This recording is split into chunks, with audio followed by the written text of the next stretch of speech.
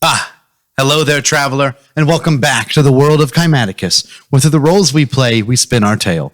This is our original D&D 5e session here on Forward Unto Saves. I am Alexander, your weaver of tales, and as always, I am joined by my wonderful companions. Hey! Oh, God. Oh, no. So, without further ado, hang up your cloak, grab a drink, and kick back as we dive into this chapter of Kymaticus. Ow!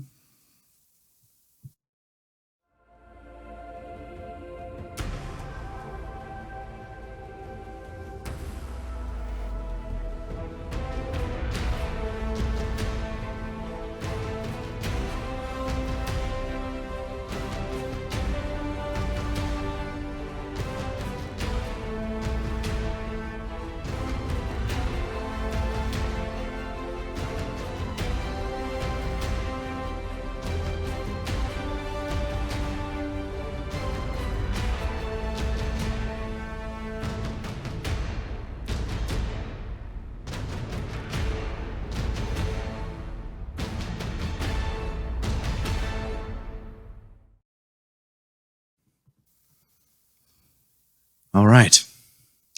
So, let's jump right back into it. Where we last left off. Hoplites. You braved the volcano of Mount Jaivas, fought the dragon alongside Skyraeus. Victorious, you went back up north. And some of you went back home. Eldon, your baby was born with the help of Rona. Your first time delivering life rather than trying to repair it or watch it die in front of you. Or take it away. Thanks for that.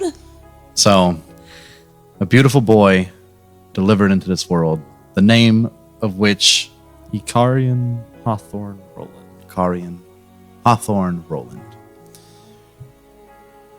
Bessie's still kind of recovering from all this. Very tired. You take the baby out for a little day out. Yeah. You know, a 1-day-old newborn. Yeah.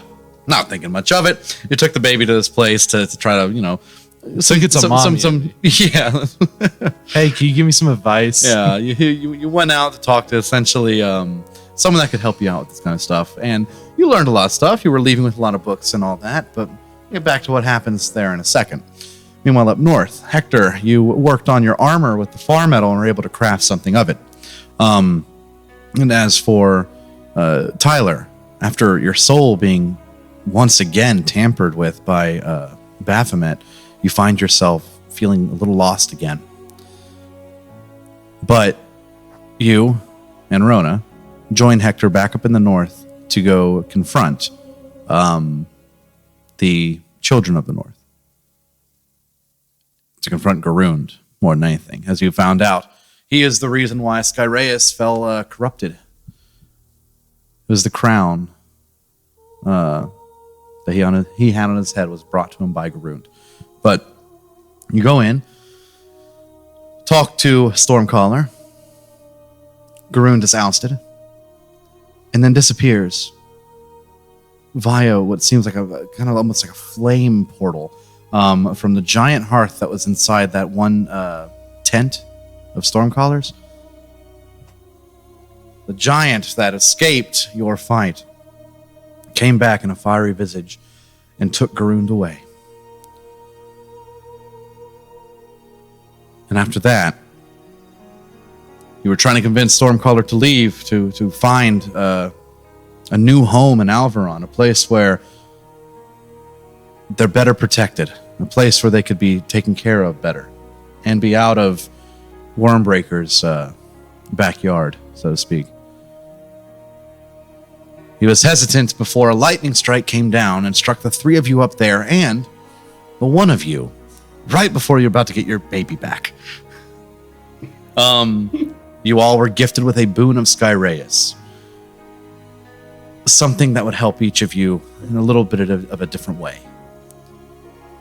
But now we're going to pick up from there. That is where we left off, right? Mhm. Okay, just making sure. Probably. So, Probably. Perhaps. all right. So, It'd be an awkward recording if we didn't.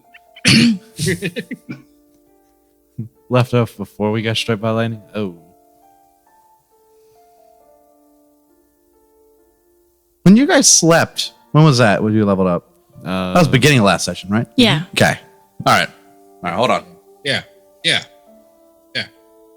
So, up in the north, Hector, Cerseus, and Rona, you stand before the children of the north, before Stormcaller and before Brayla, after being struck by lightning, gifted from Skyraeus, who they view as almost like a spiritual leader of theirs. And you've been gifted your boon.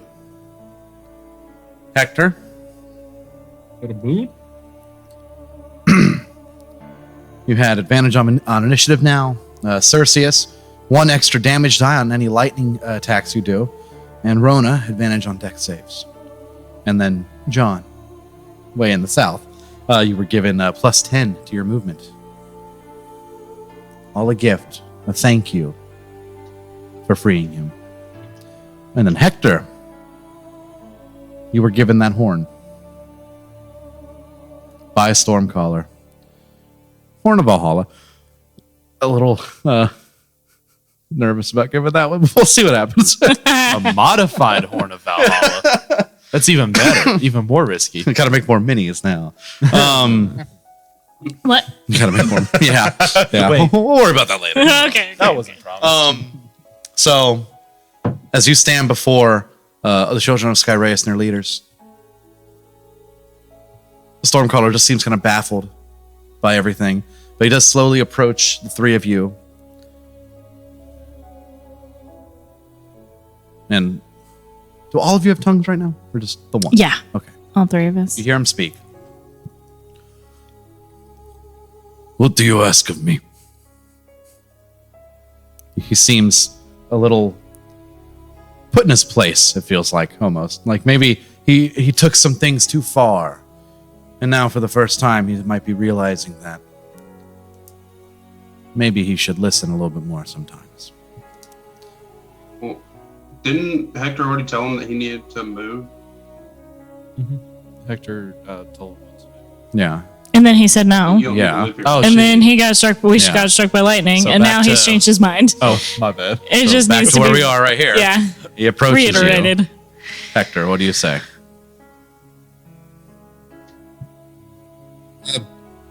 Tell him,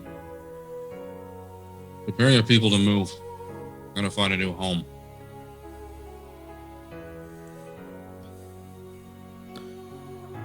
Right. Looks to Brayla, who heard this as well, gives her a nod.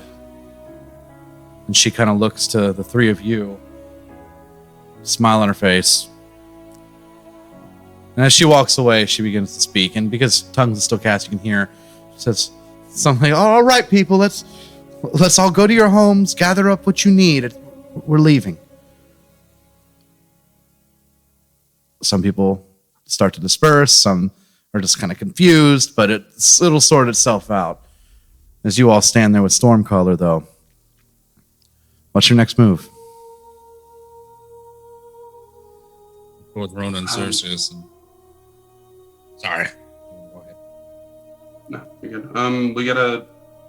We should head down and tell the king. The children of the north are nothing to worry about anymore. I agree.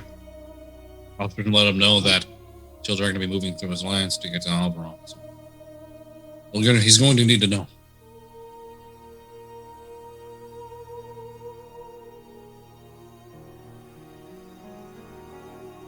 All right. So you start heading just to the south now, or? Yeah. I did tell Stormcaller about mine and collecting materials. So before we head south, I would like to go back to the mines and tell 114 to expect Stormcaller. Okay. All right. So you're staying, and you're staying. Sure. Hector, you hop on Icarus, and you head out to tell Steamforge 114 to expect Stormcaller. Meanwhile, down south. Yeah. You gonna give me my baby or what? Yeah, she gave you the baby back, just very, very nervous. And yeah, I'm fine. as you are walking away with your child, you do feel a little bit quicker. What's next on the list for Eldon today? After reading through like a couple of the pages in the book, he realizes, oh, maybe I shouldn't have taken him out. And he's gonna go back home. It's like, I did not know babies needed this long to be at home. Ooh, my bad. And he's just gonna walk Take back him home. He's a newborn. Like, Sorry, bud. Didn't know. take him back. Try to sneak in just to avoid any confrontation. You get back, you drop off the baby back in the room with Bessie, who is still sleeping, still resting. What do you do next, Eldon? I would like to go to the library. Okay. You head out. Try to find a library at least. You know where one's at. You grew up here. You find one. It's not the biggest one, not as big as the one in Canumbra, but still, there's a good bit here. You're of nobility here. You have an automatic pass to majority of what's in the library, save for exclusive things that are saved for people of higher political office. Yeah. You head in. Is there anything particular you're looking for? I would like to see if I can do some research on the Abyss, specifically about the Endless Maze and what we kind of can expect there. Okay. Because this is a whole thing we have to do. And Eldon doesn't know much about this. As you search, go ahead and roll me an investigation check. This is to find books regarding your query.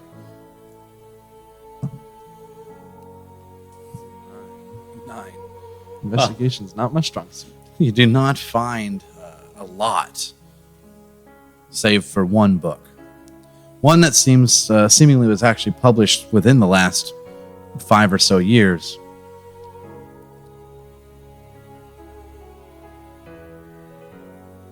Roll me an investigation check as you read through it. Another 9. As you go through this,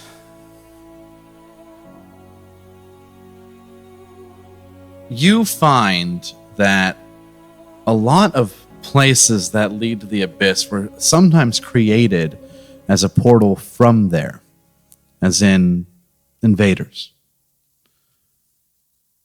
But as far as it goes for trying to get there, you could use something akin to a plane shift spell, or plane shift itself, but you would need a tuning fork. This book, no matter how long you look through it, does not tell you of any location where you might be able to find one. You also know, just from your days of adventuring and all the times you've been out, that a tuning fork to the Abyss would be something extremely difficult to come across. You'd have to have a lot of luck to find it. To create one requires you to have to go there first. So, you're out of luck with that. But you do have a little bit of a lead. Because as you are reading through this book, you find that there were a number of portals that led to the Abyss. Not just the Endless Maze, but other areas of the Abyss that are ruled over by other demonic gods. And you find the destroyers of these portals. It was no other than the Eye of Helm. The organization which a certain Aemon Hagar is from. So, there might be more to this. Aemon is not mentioned in this book directly, but you flip back to the title. And you look at it. You find that this book is actually written by none other than Hereford Fox, the Vigilant. No. Wow. That's a cool Does it name. literally say Hereford Fox, parentheses, the Vigilant? That is his title Oh, okay. as the leader of the Eye of Helm. Oh.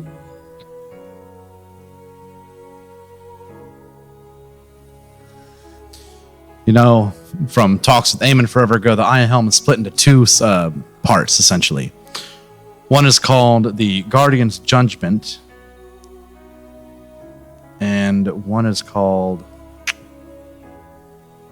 the Watcher Syndicate. Those two parts of the Eye of Helm, they do different things, but the works that would have the duty that it would have been to get rid of certain like invader portals would have been under the Guardian's Judgment, which is actually where Eamon is from. Makes So- sense. So yeah, Hereford Fox wrote this book to talk about their wins, essentially, their successes in dismantling certain portals. And in this book, it's more than just abyssal portals. There are portals that also lead to the Nine Hells, or also portals that lead to some of the elemental planes. But their job of keeping this plane intact and fine, it seems to have worked. They've done enough, but Are any enemy types described in this book? Like A couple. There's a tall one with horns. There's a short one with a they'll list like a few things, but they'll list them by name. So if you don't know what they are, well, it wouldn't really matter. You'd be able to tell. But yeah, they have dealt with demons, but none of them seem to be super Baphomet related. But you at least have a lead. But That's that's what you find. That's all you can find on the subject. What else would you like to do? That really finishes up that trip at the library. I'll be like jotting some notes down in like a secondary notebook because I don't want to take the book. Yeah. Just jot it down inside, any important bits. But other than that, I'm gonna see if there's a magic shop in town. As bad as it is, just want to see if there's anything. All right. See if there's an outlet strip mall out here of just magical items, which would be pretty funny. The Claire's of Yeah, the exactly. magical world. Oh, the bells. What are you doing here? I mean, we've seen his outlet strips before. It's pretty wild. I'm not Armin DeLizzo. I'm Farman DeLizzo. Totally different guy. This is Tango. My name is Lizzo. You take off and you have your little bit of a journal you're writing, but you take off and you start looking for a magic shop. See if there's something. A while ago, Armin and Lizzo held essentially a monopoly on magic shops, on magic items in general. The little mom and pop stores are being easily shut down because of the easy demand, or because of how easy Armin and Lizzo met the demand of the customers. Mhm. Whatever you wanted, there was a price to it, but it could be done, and it could be done right there. No waiting, just gold. And you hit the sign. Well, as you are walking down the street, you see something a little odd. You see Armin and Lizzo What? walking next to another Armin and Lizzo. Yes. And as they're walking down the street, it looks like they're doing just a day of shopping. They've got a couple of bags, and these are gnomes, mind you. So their bags are kind of like real close to the ground, and they're kind of dragging them, essentially. But they're doing some shopping, and they're walking around, and you see him, and you know who this is. You've been to his shop. You have gotten magic items that you're wearing right now from this man, who is now two men simultaneously walking down the street in Kane Algard. Not even the same city where you found them from. What do you do? I'm walking up at this point. Be like, excuse me, Mr. They both Elizos? They both look up, Elizes? and with that same demeanor that the original Armin Lizzo had. They look up to you. Are you talking to us? They say simultaneously. Yeah. Yeah. What are you guys doing in Cain Oligard? You guys, I thought the main shop was in Cain Umbra. They look to each other. They look back up to you. I don't think he reads the news much. I haven't been in country in a while, so you'll have to forgive me. They both look at each other one more time. They look back up to you. Read a paper sometime. Might be good for you. He gives you a pat on the shin, picks up his bag, and starts to keep on moving.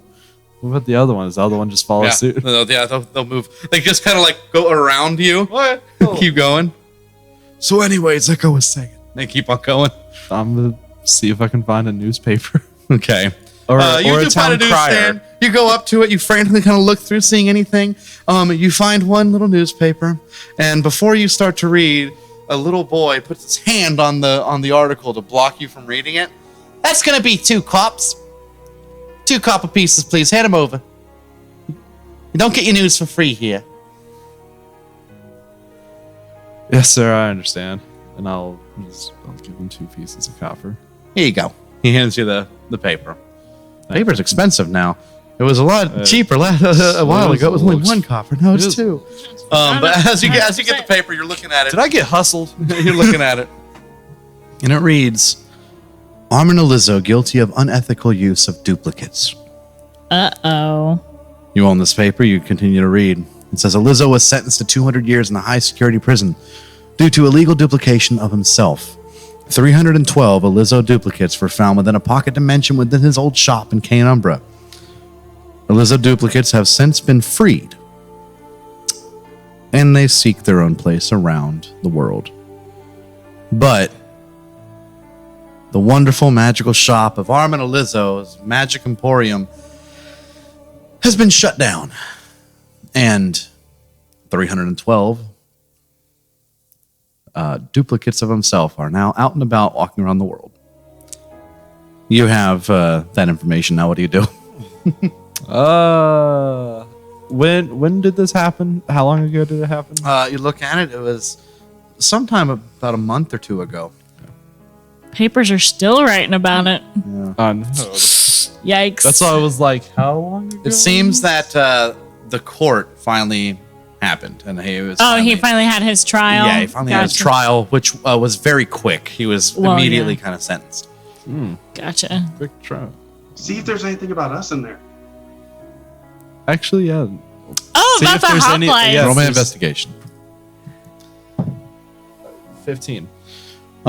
You find another little subsection inside that paper that talks about some people's they're nervous about another war breaking out because the West is quiet, too quiet. Listen, we just got our crap together. You leave us alone. As far as it goes for your whether or not you're in the paper, you look up. You are holding essentially yesterday's paper. Today's is just about to come out.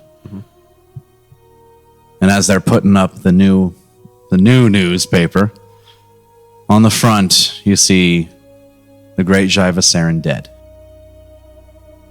Nice. It seems to be a little bit of a mystery what all happened, but it goes down to witness accounts of Storm God and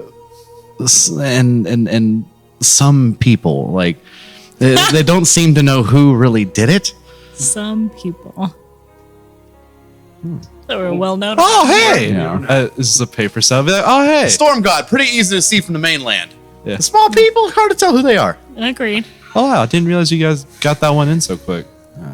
But can't you believe do it see that the hoard of treasure that Xasha has stolen over the years from Radesh and various other places has been returned to its rightful owners.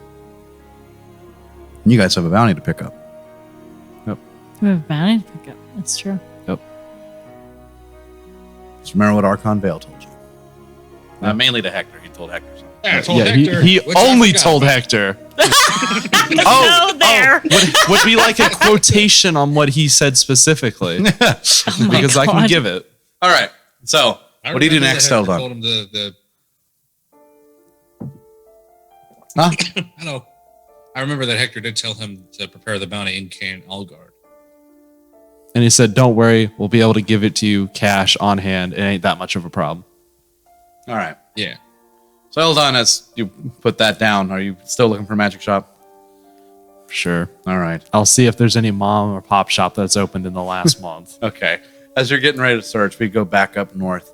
Hector, you quickly fly up towards the mountain to let Steamforged 114 know to expect Stormcaller.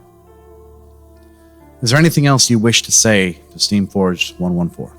Or anything else you wish to do in the mine at all? I mean, I feel like I handled enough last time I was here. Everything else is still prepping, so All nothing right. I can think of, at least.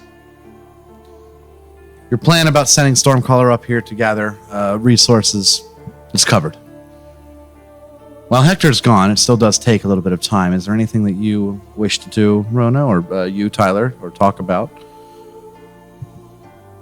I didn't want to talk when we were at Eldon's, but whenever Hector comes back, I want to talk to both of you. Okay. I'm sorry About- if I was off-putting. It's not easy losing part of your soul again. I imagine that's not easy, no. Once, sure. Losing it twice, that's my fault. As you guys stand kind of in the middle of everyone shuffling, you see all the carts, and there's like random, like there's goats and horses that are used to help pull some of these.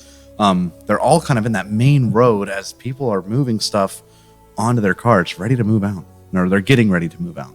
You guys are standing off to the side having this conversation, but continue. Well, yeah, we can definitely talk when Hector gets back as well. But I hope it goes without saying that we don't blame you. Well, I don't blame you, and I'm sure Hector doesn't either, about anything that's really happened with all of that, I guess, and that we're on your side. We want to help you get it back. I know. I've been just off-put by wanting to grow, being set back so far. It hurt. It really hurt. It's not you or Hector or Eldon, it's me. You wish I what? could You do didn't do more. anything wrong, Cerseus. Nothing. You have not been set back so far. Last time, you didn't have it at all. Now you have most of it. I guess so. It's one step back. Of course it's gonna be an ordeal, but things like this always are. I just hope he cut the fat parts off and not the good parts. You're looking to lose some soul weight. Exactly, it helps. Thins me Right. out spiritually. Right.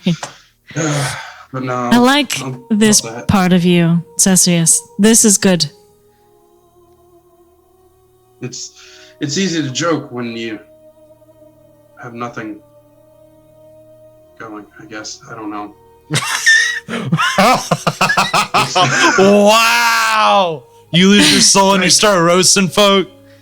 I'm trying to say that better. It's not like that. It's like you have a path of being damned at the moment. It's like, yeah, I could joke going to hell. You're not going to hell, Cerseus, or the abyss. Well, we'll go to the abyss once. Come right back. Yes. I hope we'll come right back. But it could take days. It could, and we'll be prepared for that too. Because we will actually make a solid plan. One that you'll listen to, in fact. Don't put words in my mouth. Well, hold on now. That's taking a little too far. All right. So, you guys have that moment. Hector's gone for the time being. Eldon, you search and search and search for a magic shop. You do find one that is trying to get its feet off the ground. It is nowhere near as grand as Armin and Alyssa's Magic Emporium. But you do find a little mom and pop magic shop. And you know what? Sure, it's named that too. Mom and Pop Magic Shop. That's cute. Hey, You walk inside, and boy, is it scarce.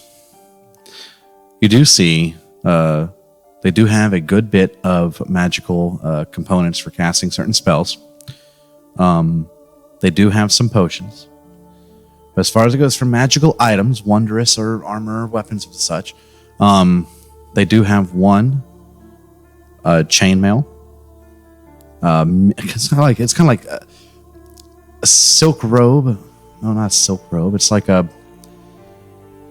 it looks like a mage's robe with some chainmail like kind of lined in it. And then you see there's a wand. You see a battle axe. Bless you. Thank you. You see a crown. Stay away from that. have the crown. Put it on immediately. Don't even look at it. Don't read the description or anything. Just put it on your head. And you see a pair of boots. It feels like it was made for me. Uh-oh. You walk in. It's a There's perfect fit. It's a guy at the counter. Got mostly a bald head, a little bit of hair kind of around the crown. This older gentleman, kind of a big gut. He's got a vest that doesn't button all the way down because of it. But you walk in, he's like, "Oh, customer, hello, please come in. Welcome to the mom and pop shop. This is weird. How can I help you?" Kind of interested in seeing what you have, and I know a little scarce, but curious to see what it all is and what type of potions you have. Specifically, mainly healing. Right, you point to it, and I'll tell you what. Heard. I'm curious about the crown. Oh, the crown? It's something that I crafted myself. It's a crown of foresight. You see, you wear it, and throughout the day, there might be instances where something bad's about to happen, but the crown will help you see that, so you can make the option or make the decision to not do that. It's a crown that will essentially give you advantage on deck saves once a day. Advantage on one deck save a day. I just want to pop in like the like in Pokemon, you know, when you try to use like the fishing rod on land, and it's like so and so said this is not the place to do that, and I just want to pop into like this is not the thing to be buying right now. Underneath it says it's up there for 1,000 gold, and it's not like a full-on crown. It's more like a circlet. It's very thin. It does seem to be made of gold. No gems or anything embedded into it. But it does kind of have like a leaf-ish structure. Almost looks like branches with leaves on it as it goes around the head. Very thin, though. Anything else? What about My name's Paul, by the way. Reaches his hand out to shake yours. Eldon Roland? Eldon Roland. Nice to meet you. What about the boots? Eldon Roland, as in Hoplites. Eldon Roland. Yeah, that's me. Actually, we just finished. Actually, the reason I'm here is we ran out of healing potions when we killed Xasha. Margaret! You see this woman come out. She's got they're both probably about 50 to 60 years old. Human. Little overweight, the both of them, but that means they got some money. I'll say a little plump, the both of them. But she comes out from the back. She has this golden kind of curly hair that goes down to her shoulders. She's got gloves on. She was dealing with something, maybe alchemical. But she comes out and she looks over to you. It's like, What, Paul? Seldon Roland. H.O.P.L.I.T.E.S, Seldon Roland. H.O.P.L.I.T.E, Seldon Roland. Ain't that right? Go lock the door. She walks God. around to the front, no, and God. just locks the door. As soon as he says lock the door, Eldon like summons the sword into his sheath. Oh, he did the thing. He did the thing. He's like, this is not what I needed. Close the Cultists. curtains. Margaret, close the I curtains. knew it. She kind of closes up shop. She looks outside. Clothespin right now. She closes it up. Paul and Margaret both go behind the counter. It's excited. We just want to give you the best service we can.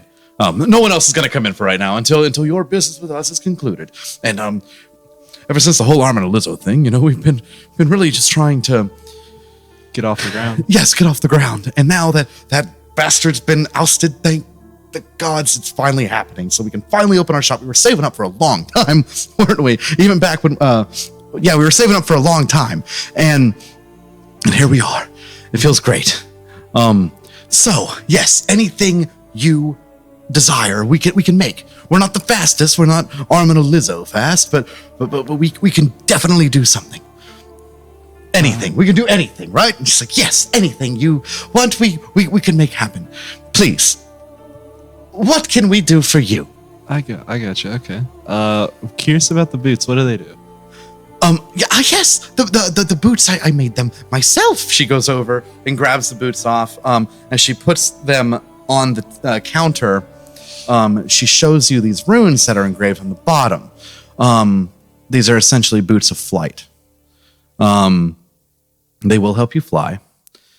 But then she says, or if you would like us to stylize it in the greaves that you have on, that way you could wear your armor, but we could have the enchantment move over there. It's something that we could do easily, right, Paul? Right? He's like, yes, Margaret, right? Anything else, please? What are the health potions looking like? Oh, health potions. Oh, we definitely ran our use in the Jaivasaran fight. That was you. Mm-hmm. I knew it. I told you. She's like, yes, I know. Now I have to cook you dinner next, so I could do it all the time anyways. Right. As far as it goes for health potions, one moment. She steps to the back, and as she goes to the back, Paul says, anything else I can help you with? While she's looking at that. What about the wand? What does it do? The wand is he goes around the counter, grabs the wand. It's a basic wand of fireballs. It's a little on the destructive side, but it's something that would be great for someone like you, Your typical wand of fireballs. Yeah, the comment was more about something you could need. It's like, hold on. You know who I am, but no, all right. Like, I don't need no wand for fireballs. no, you could use it because you're in a chaotic fireball. As she's walking back around, you do see that there are a pair of glasses that are just kind of off to the side. It almost looks like they're on a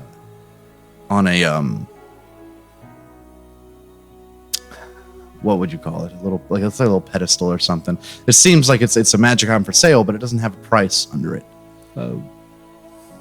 Glasses, Paul. What do they do?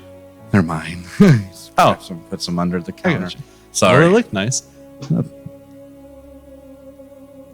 But I'm interested in any potions you guys may have. Just doesn't really matter. I'm interested in seeing everything. Margaret comes back around with a little box, like the old milk carton boxes. Oh yeah. Puts it on.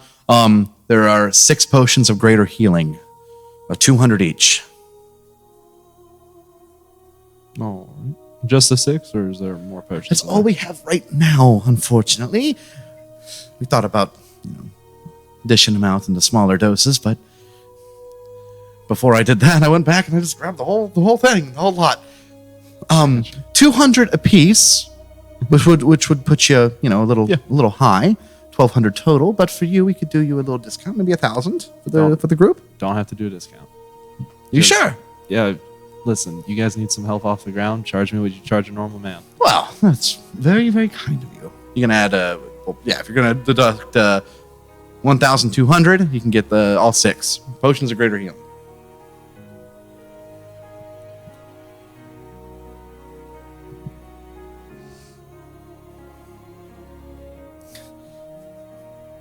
group's rolling in it. He's rolling in it. Rolling. No! Ah. Oh! But shh.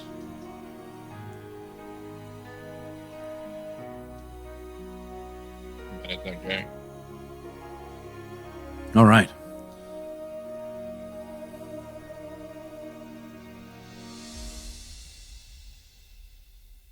While you are talking to them and doing your math and all that, we're going to go back up to the north, where Hector makes his way back. He would have been gone for at least a couple hours, so if there's anything else you and Cersei wanted to talk about, just the two of you could, or if there's anything you wanted to do while Hector was out.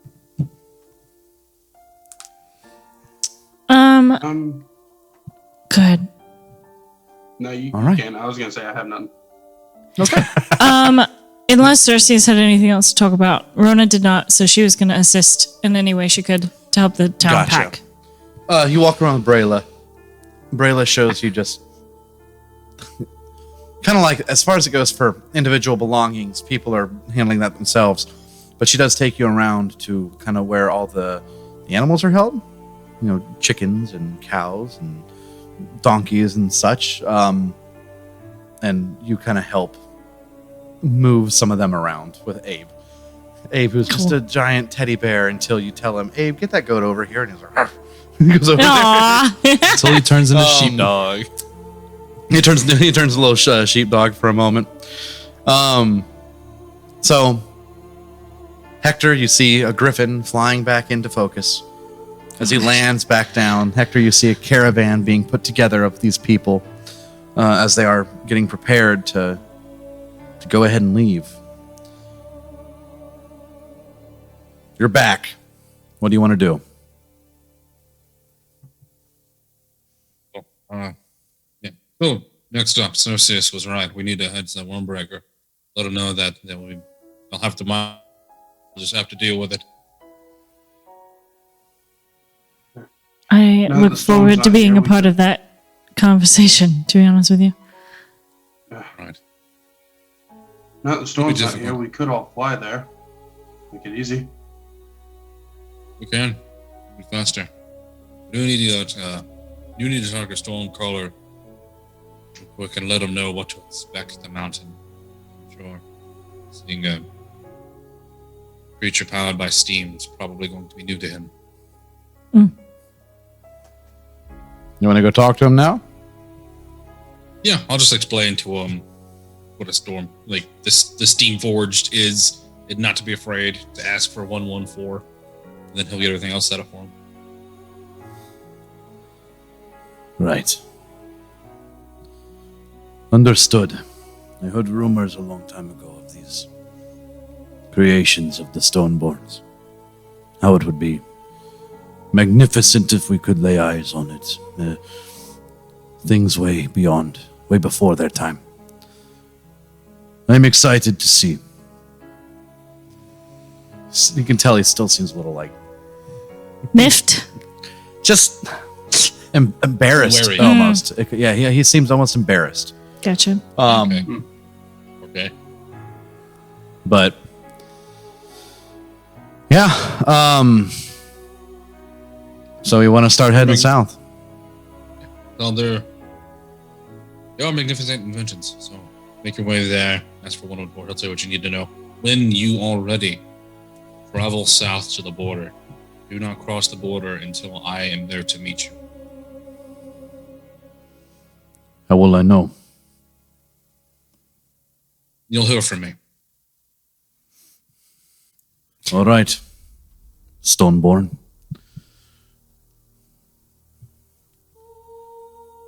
I'm going to go ahead and get a group of my strongest.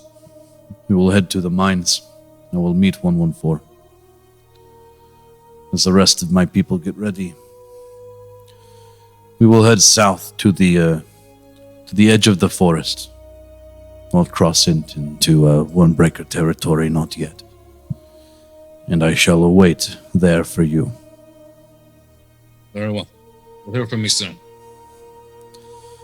All right. He holds out a hand to shake yours. Yeah. Or reciprocate. Best of luck. As you turn, you head out, meet Cerseus and Rona. What are we doing, guys? Head south. Thornbreaker Castle. So I know you leave- said we could all fly here, but what are we doing with Abe? Oh, yeah. Travel on foot. As you travel he can on, jump at us. yeah, as you travel on foot, I'd like to bring up one thing before I forget. I learned how to kind of craft that farm metal. It could enhance whatever weapons and armor you would like it to. So if there's anything you would like me to work on for you, let me know. We can come back. I will do what I can. Maybe Hold one on day, still holds but- the other farm metals, so we have to let him know too. Maybe one day I'll put it on this armor, but first I need to see what it does. Fair enough. Hector, I do need to mention something to you. And as Rona already knows, but a part of my soul was stolen from Baphomet when I went under. I'm back under his control. And the reason I wanted both of you here is, I just witnessed Eldon have a child. And we need to go get my soul back as soon as possible. I hope we can. But I wanted to know from you two what you thought of leaving him behind. He has someone to look out for now. He had someone to look out for long before this, too. There's no way he would get left behind. Not willingly. I didn't meanwhile, say he's it'd be down there getting willingly on potions this for the part. group. Yeah, Cerseus would really like this. This one's gonna have Hector's name etched on it. Continue. It might not be willingly. We could drop him off somewhere. Or we could just Where? ourselves. Leave him with Bessie. If he knew we were going to the abyss, do you honestly believe he would just stay behind? Cerseus, I need to get... I do not know how to get this through your head.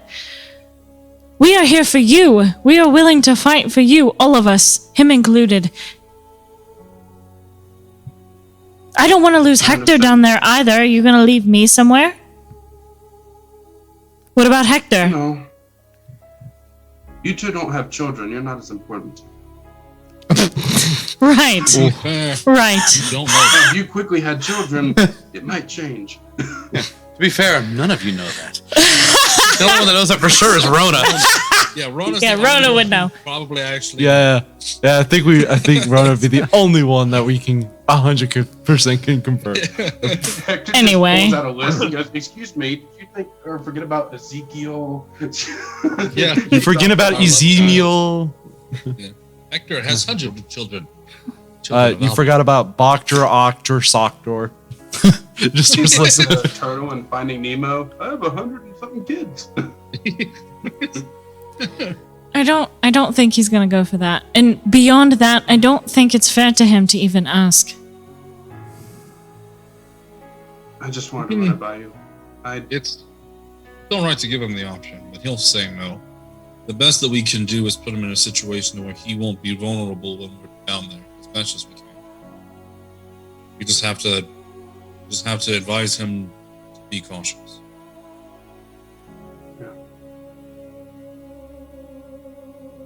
It's just More cautious, Seeing him yes. have a child is pretty damn important. Well, we all know the risks of what our lives have. And it's not fair to deny Eldon that life. When he decides that his life becomes too dangerous for him and he needs to take care of his family, let him make that decision.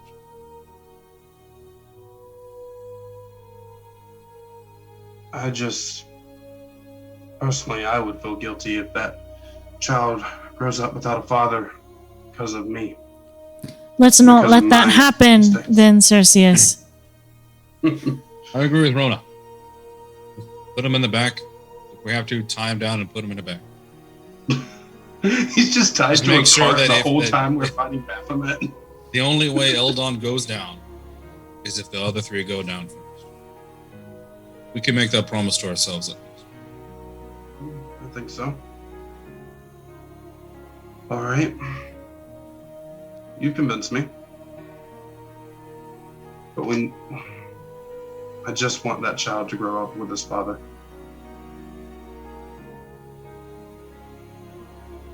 Actually, this is an important moment for us because I'd also like to bring up something about our battle tactics. It really needs to be worked on, especially for you. And I'll bring that up with Eldon because I don't want to have the same conversation twice. All right. So, as you guys are heading south, back down the path, Eldon, Man, my ears are burning. Someone must be saying my name. you are. Man, like they are on fire today. Anything else you wish to do at this magic shop? How much are the boots of flying? 1,500. It's 1,500 for boots. We looked at each other. It's happening. I know. Shh. Scooches it over, and you hear it clang into a pot. Whoa. You know what? I'll tell you what.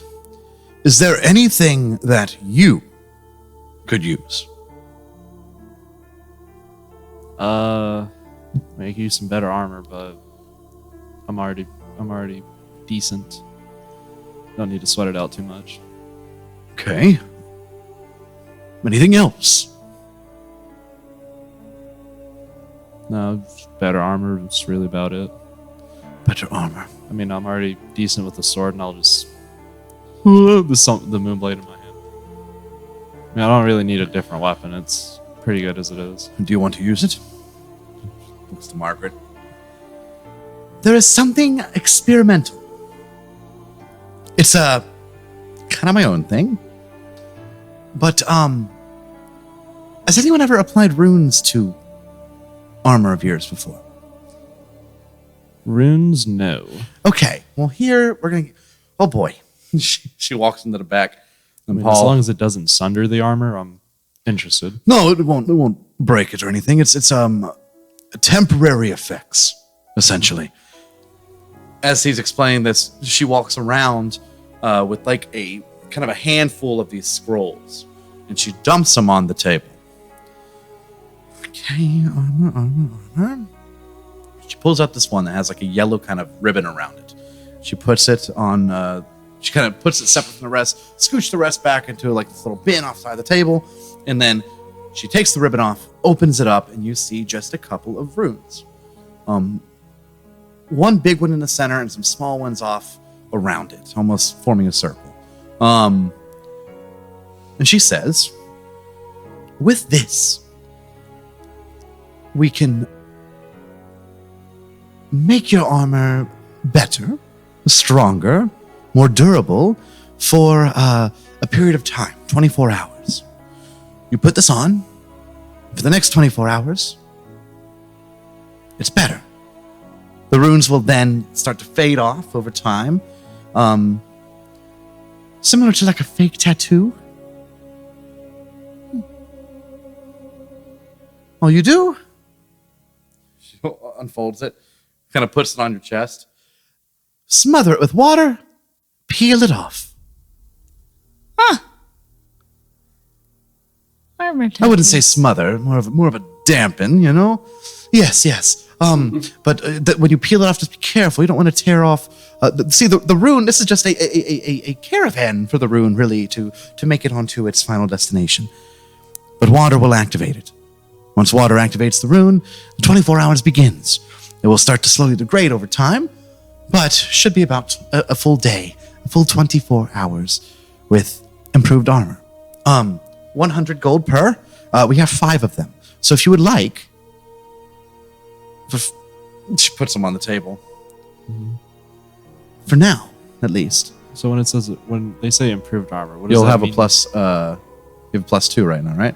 I'll bump you up to +3. Okay. I was about to say stat wise, what does that entail? It'll be a +3. Yes. The mechanics behind it.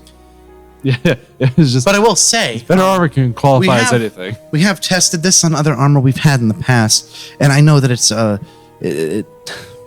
these took a long time to make. There are other ones that we make, but they're not as potent and don't last as long. But these 5 right here, they took a while, 24 hours each. In the future, I could make some a little bit more, it'd be quicker, but we have the potential to maybe even upgrade armor past what you've normally seen. So, for right now, yes, this will upgrade your armor. If you happen to get better armor and you come back, I can get you some more, which could improve it even further. So, potential for a +4 for a period of time.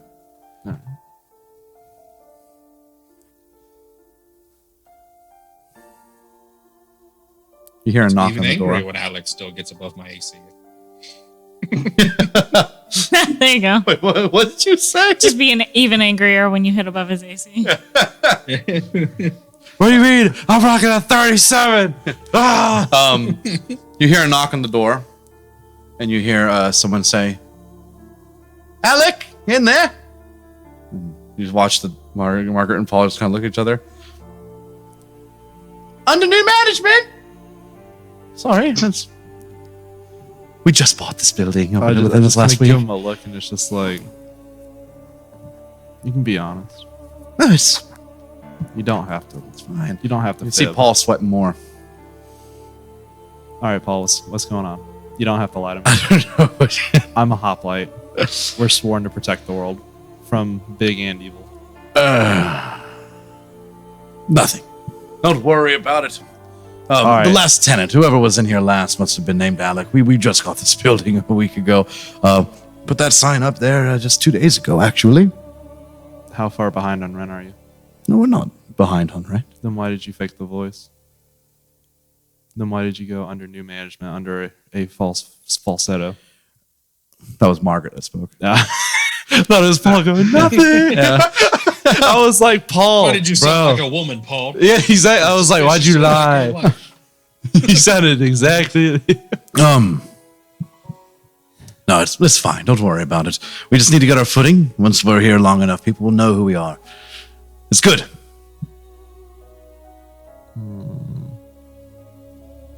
Stab him. Don't just stab people. Stab him. He lied. That's evil. He lied. That's evil.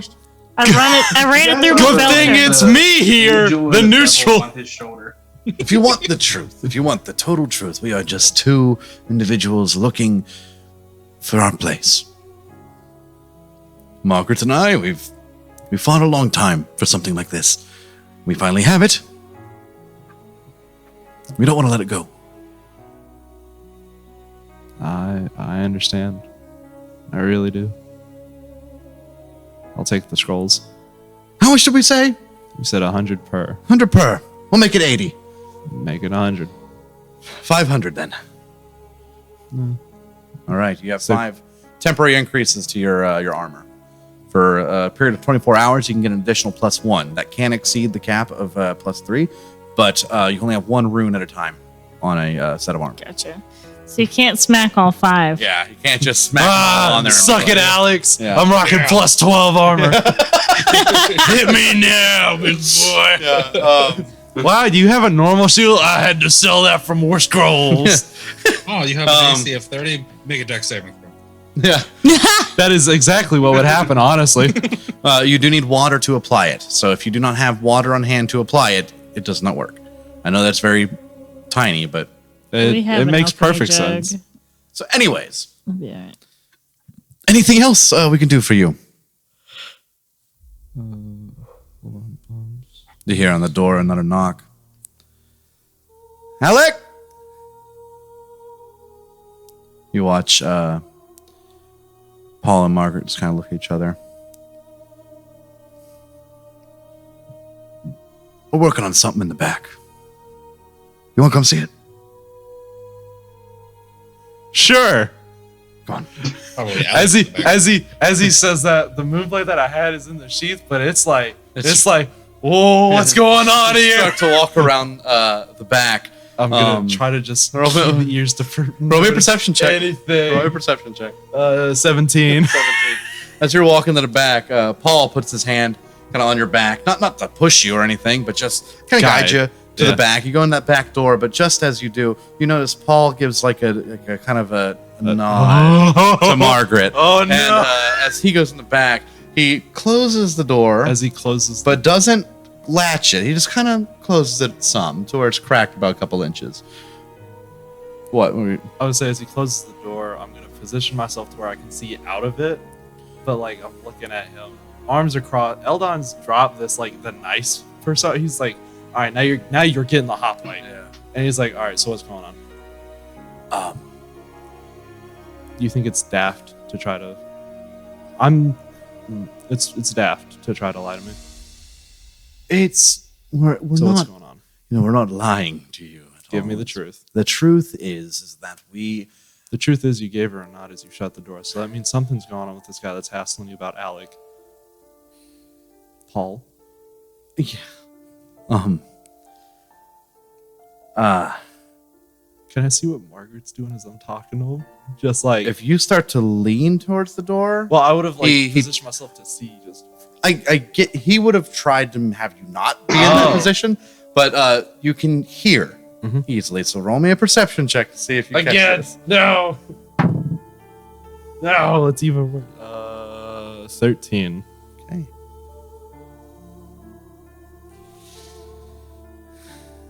You hear that voice, just barely. Hey, it's Alec here. You heard the door unlock.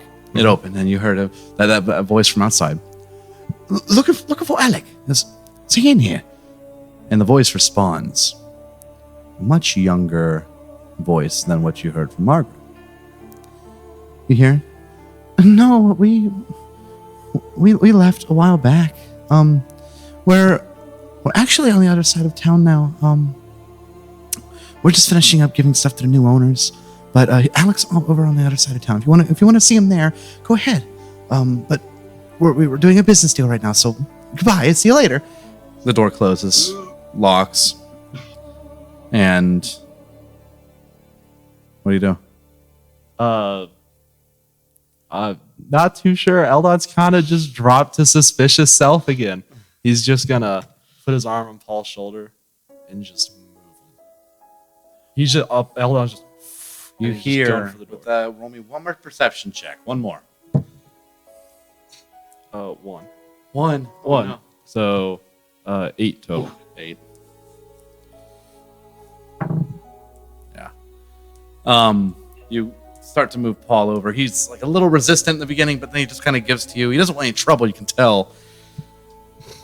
He goes off to the side. What do you do? Open the door. Open the door. You see Margaret walking back. Problem? I heard your voice. What do you mean you heard my voice? I heard your real voice. My real voice? Yes. I don't know. You guys know who I am, so why are you trying to lie to me?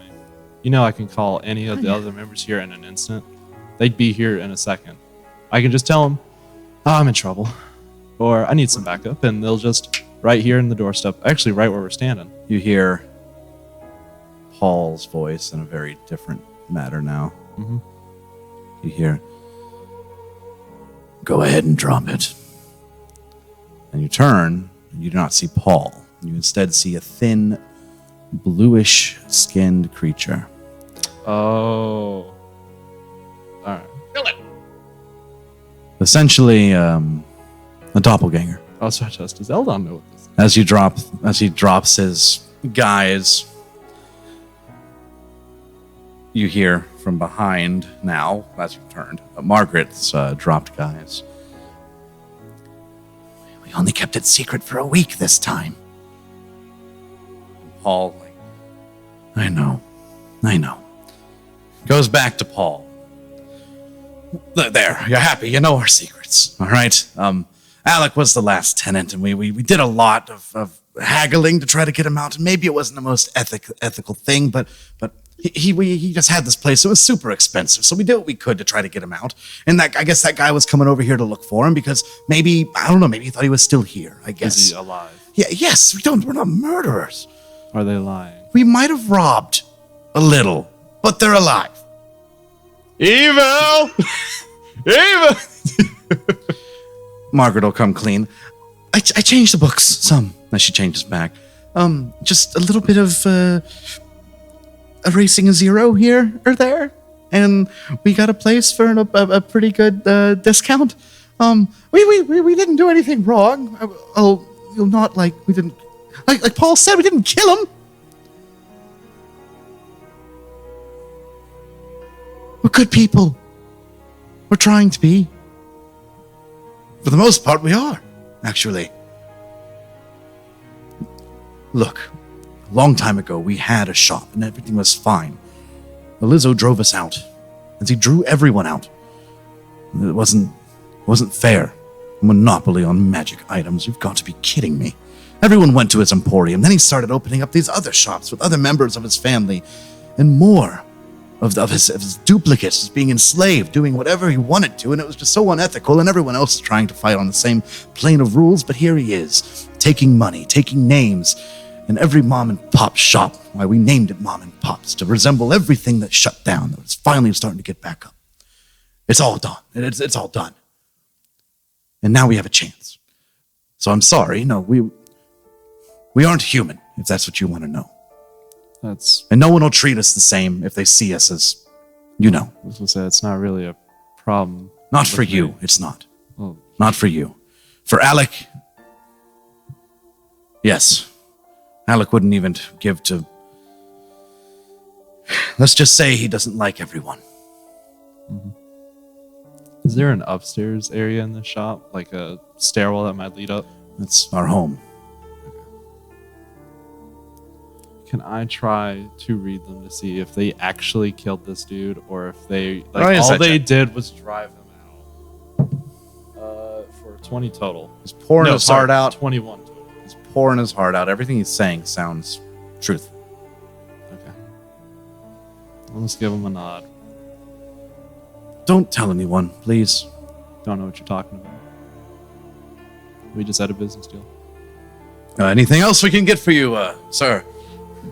Not really. It's actually more than what I came for. So, well,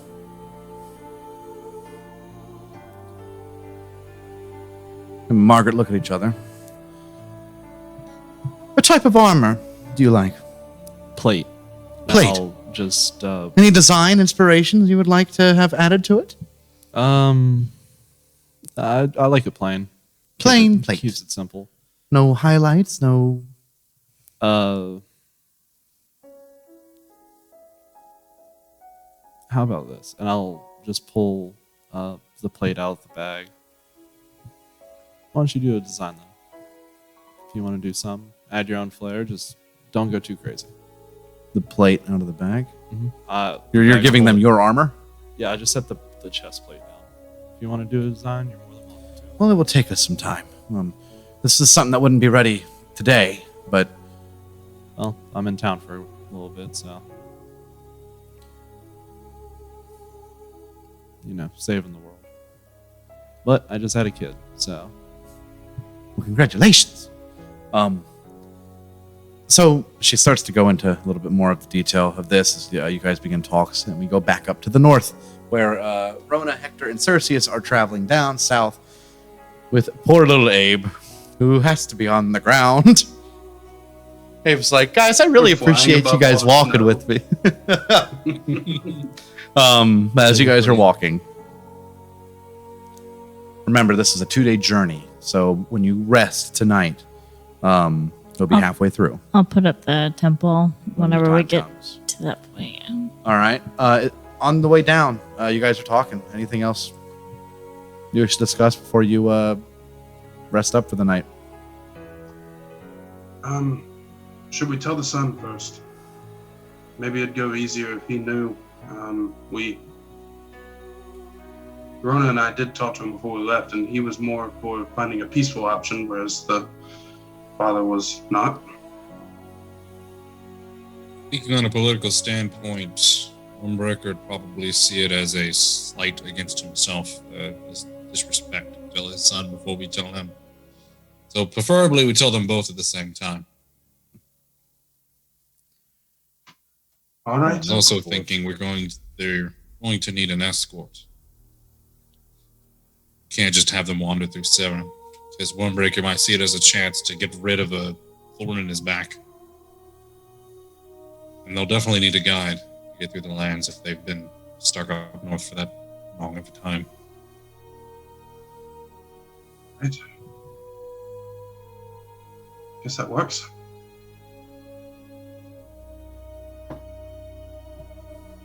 Did you have any idea on a guide? I was thinking of a couples. The one that sticks out most to me is the old commander of Alvaron, Olaf.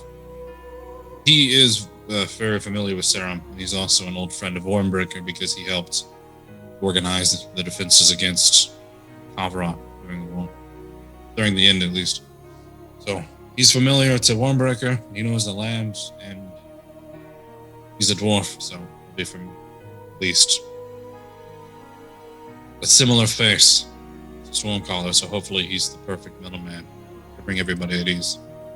I'll just have him and how many soldiers I can spare just to get them through the land back in Alberon.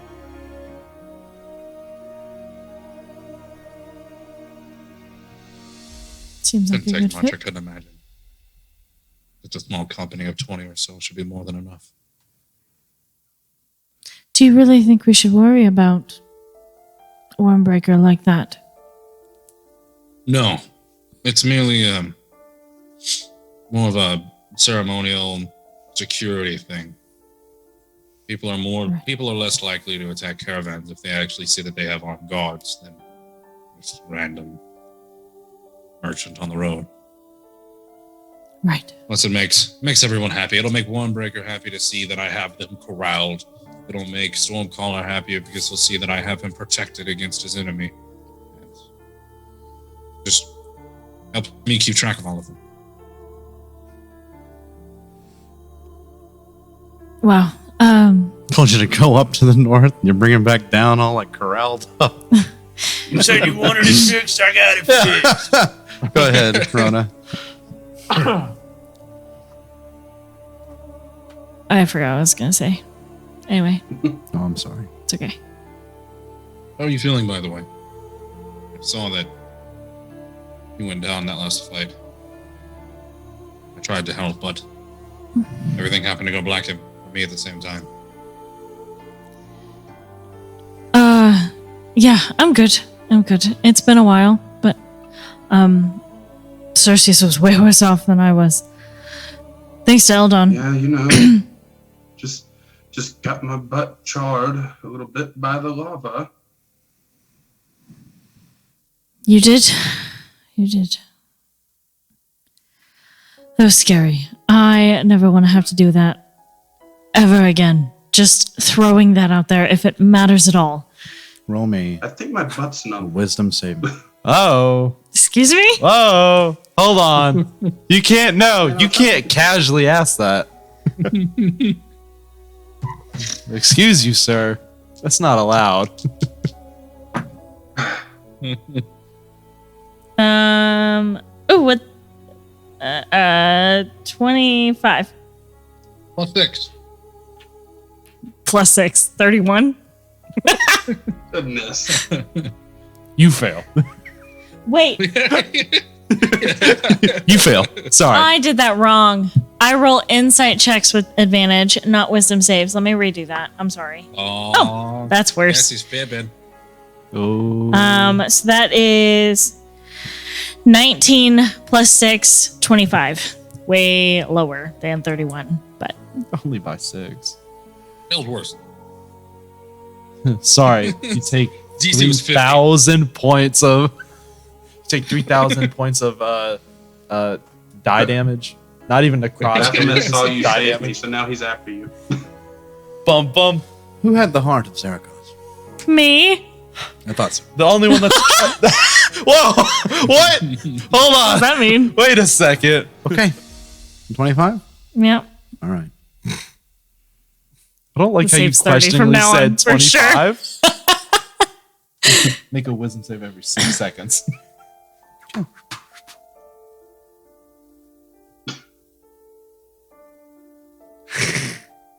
That's it? That's it. That's it? That's it. I don't think This is not it. it's totally you're gonna go to sleep and it's gonna be like whoa. So anyway, as I was saying, so really, just never again. Everybody dying like that and me not being able to do anything about it is horrifying in ways that I just really cannot express. So if we could avoid that in the future, that would be You excellent. brought me back, so you definitely did something. Sure, but I had to race Baphomet to you, so that was fun. You weren't the only one there. Trust me, I know. I remember. My soul was cut out of me. Which, on the point of, I would like to bring up earlier, because I don't want to have to go through this conversation with anyone twice. We fought horribly. You lost your soul because you never should have been in that situation in the first place. Eldon shouldn't have raced off on his own. You shouldn't have raced off on your own. I should have handled the situation better. We're lucky we're not all dead right now. I was racing to go be with him, and he got teleported. It wasn't the best, most convenient thing, but I wouldn't say it's all completely us. We were doing our best to fight together. We definitely can work on it, but I wouldn't be upset about it. Cerseus, roll me a wisdom saving throw. Okay. What? I don't like this. 23 completely- plus his 6 is a 29. That's a nat 20. Completely not relevant to this going on, but our scrying rolls, is that based off your wisdom?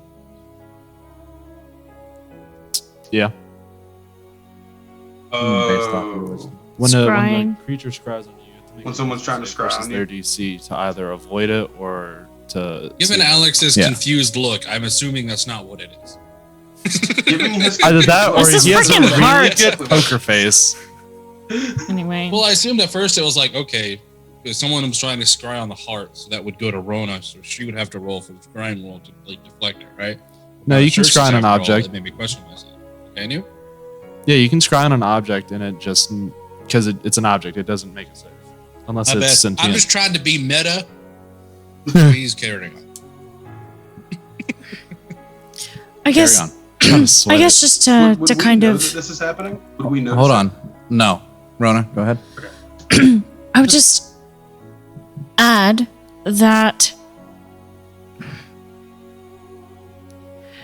if we spread out too far, it is really hard for me to keep up, especially recently with all of the creatures we've been fighting. And that's not to say anybody has done anything wrong per se, but I guess all I'm saying is when you're making movement and decisions on who to fight next and where to go next, perhaps consider what if the worst happened, you know? Because you're hard to keep up, all of you are hard to keep up with if you're going in different directions. I guess that's all I'm saying. I don't want to have to push through this conversation because I know it's going to be difficult. I wanted to wait for Aldon. It's just, I know we could have handled that better. Maybe it could have been a lot worse, but it definitely could have been better. We need plans going forward because we're getting to the point where what we fight now will kill us if we have the slightest failures. So we need plans. Like I rushed in at the beginning. I did that. Then everyone rushed off, and we fight reflexively. We can't afford to do that anymore, or else things like you losing your soul will not let that happen again. And I will do everything in my power to keep it. But I need the coordination support of the other 3 people in this party for that to happen. Oh, don't worry. I'll be staying close by for now. I lost my robe, so I'm not as protected anymore. I'll need you Honestly, to be my shield. don't stay close to me. You have wings. You can fly 100 feet in the air and rain hellfire down on everybody. They won't even know you're there. You don't have to. You don't stay close to me because people target me specifically. If you are in my range, you'll get hit too. You have an ability here that no one else has, that you can murder things without them ever knowing you were there. You're more powerful than you think you are. You just have to realize you're not fighting the way that you should be. At least from my perspective. My war background, everything, fighting in battles, I wouldn't put a ballista on the front lines.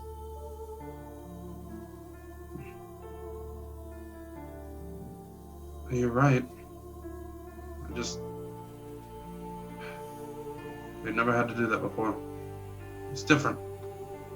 But, I mean, it's a change that needs to happen. Thank you.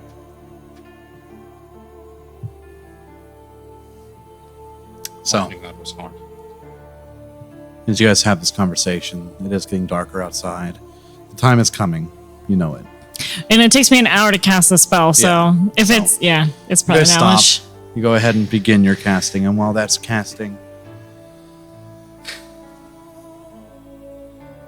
This cat is so needy. Attack! back down south, Margaret continues to talk to you about your armor. She gives you your plate back. Tells you it'd be easier for her to start fresh. All new. That way, you're not left defenseless should you need it. And they'll work on something. And then we'll try to offer you a 50% discount if you keep their secret. Not really needed. But, alright. Yeah. Tell Lady because we're going to tell everybody. Yeah. You're going to get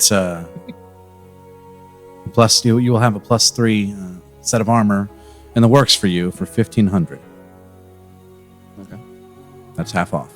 Is that shield included, or is it just If you want a +3 shield as well. please?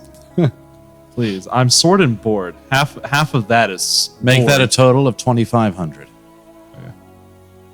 2,500 gold. Nifty. You lay it down. They take it and they begin. They will begin. Yeah. Paul says, "We are really trying to get her life." I understand. I was there myself at one point, just trying to get back to what I had or forge something new. So I understand. Is there anything else you wanted to get today? No, not really. Not that I can think of, at least off the top of my head. I do appreciate the business. It's always nice to see something fresh start up. We had a H.O.P.L.I.T.E today, Margaret. No. Oh, do you want like a signature or a photo or something? I know people like really about that with celebrities or I guess heroes. No. You sure? I mean, it's no real sweat. You guys are already doing so much for me as is. Just walk out with me. Okay. He gets you get a bag of whatever you got today. Yeah. Your scrolls are held separately that you have. So to be clear, you got the scrolls, 5 of them. I got the 5 scrolls. Yeah. I got the boots. The boots. And I got potions of healing. Okay. Greater. 6 And that's what you're walking out with today. Okay. As you're walking out, you walk through the door. After Marco come up and unlock it, open it up, flip the sign back over to open. And as you walk out, Paul walks out with you. He looks around. Hey, everybody! Eldon Roland, H.O.P.L.I.T.E, shops here at the Mom and Pop Magic Shop. All right, we're good. My preferred place over Arm and Elizzo's, even when it was open. His words, not mine. That's all I needed. It's all good. Come by anytime. Of course. Did they give me a time frame on how long the armor and shield would take to They said get boosted? that. I said come back in a week. Okay. Come back in a week. That's why they didn't want you to leave the armor. If you had to go do anything within that week, well, don't want to leave you unarmed. I want to leave you naked. Pull So your arms. they said to come back in a week, and it should be fully prepared. That and the shield. So they want to do things the ethical way. I will support their ethics. As you leave, you see someone of just noble nature, just kind of mom and pop shop. Yeah, it's really good in there. It might not be much, but I mean they're just starting out, so it's quite a bit. I mean, I got all this, and I'll just hold the 2 bags up. Suppose I'll check it out. And they're doing it better than Arm and Elizzo did, so you don't have to worry about 312 of them crammed into a hole. Terrible story, that. Yeah, I figured that one out today, which was a shock. You know, actually, now I got to tell my friend about it because, man, we had a bet going on about what was happening. So, well, she won. Well, no one saw that coming. Good day to you. You too, sir. Walks in. See a couple other people just kind of look. You hear like, oh, we can come by later. We have a couple other things to do, but we'll come by later. Like, you helped advertise a little bit. So, seemingly all he wanted from you. That's what I'll do. Nothing really else on the list for today. Just go home. Just go home and see if there's anything I can do around the house. Kind of make it better, tidy it up, something. You head home. Your father has, from how he used to be to now, it's like just a complete complete turnaround. Complete 360. Yeah. No! No, what are you doing with my grandma? 180. What are you doing with my kid? Get back. You go back. He already has people in the house. He's even doing some of the work himself, and That's a first. it is kept. Even when you were here earlier, it's kept pretty damn neat. Like a glass doesn't go overnight without being cleaned, and you go home. There's not much to do. There's not much to do. I will. I'll put some spells into the Moonblade for later.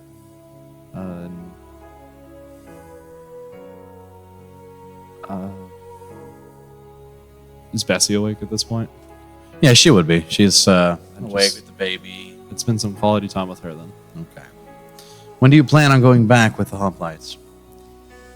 I know we had the Emperor thing, but I also mentioned to them before they left getting a council going with Dinesh and Zoltash.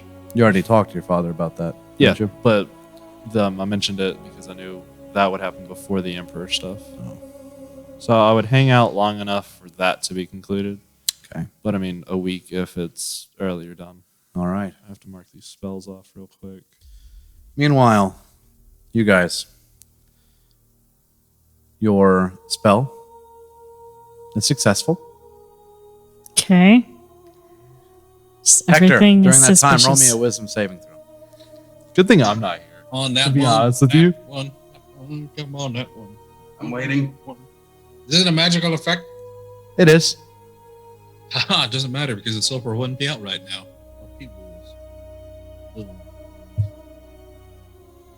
Got a 26. Can't get us. Okay. Hey, don't say anything. I'm not there. How did I roll the lowest out of all three of us for that wisdom do you save? That's have? wild. That's I rolled a 25. 25, but I rolled a plus. I have a plus 13 to wisdom saves. Jeez, I got a you plus really 14. choked it. I'm more wise than you. Oh snap!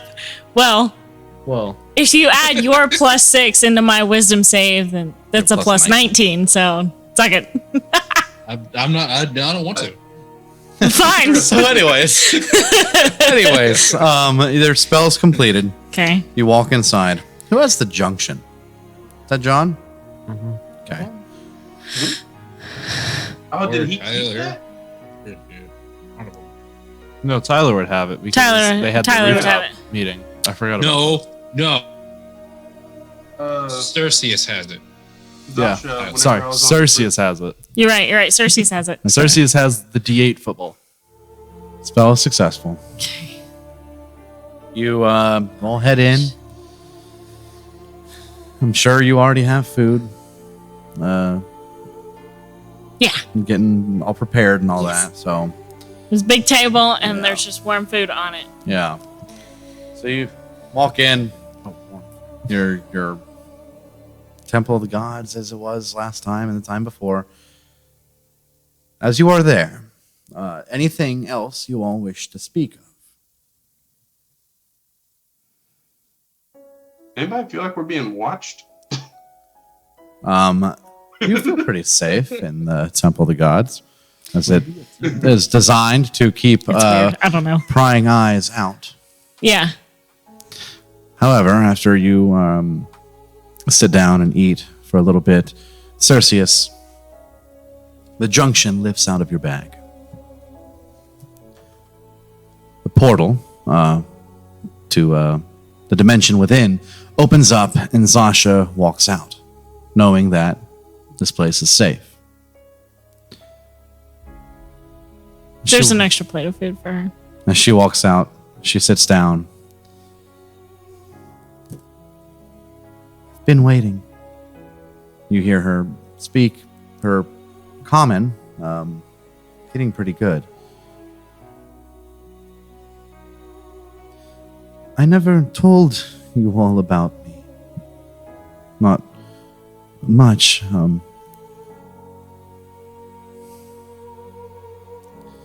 She takes up a fork and knife and just cuts up some of the vegetables that are on it and starts to eat it.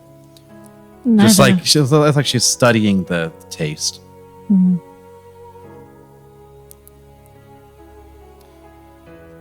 Before I was, she gestures over to the junction, which is now on the ground. I was only a week old. 1 week.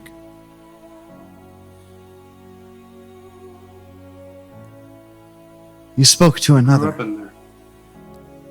You spoke to another Prime, Revas.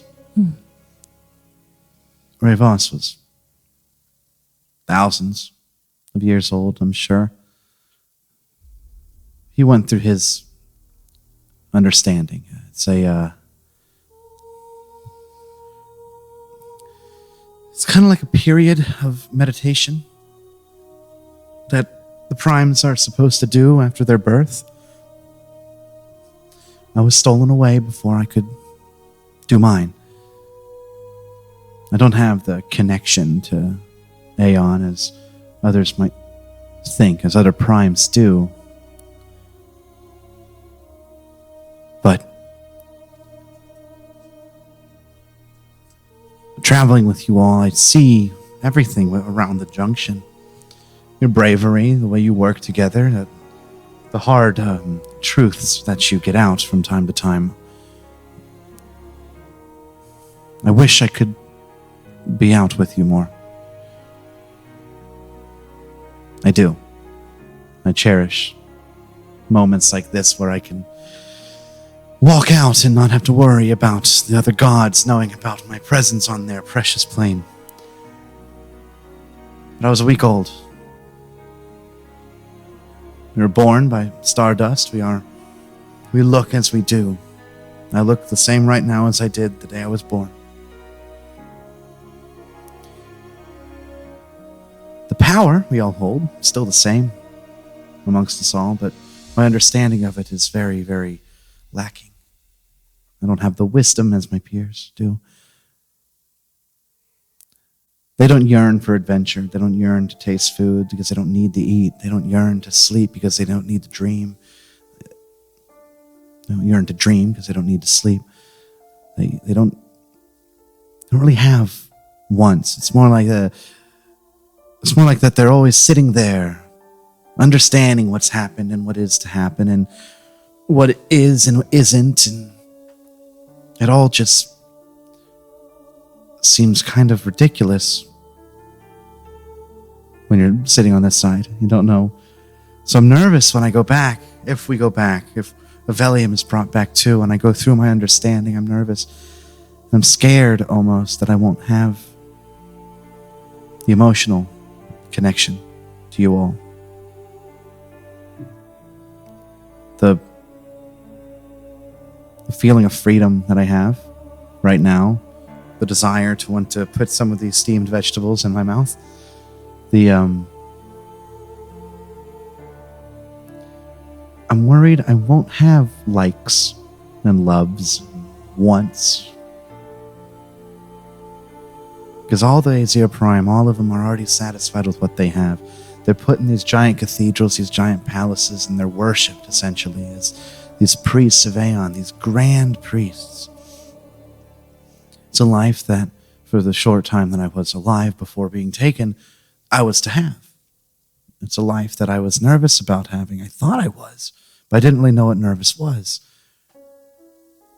But now I do. I am nervous about having it. I almost want to stay here. I don't want to go through my understanding. I want to be like you all.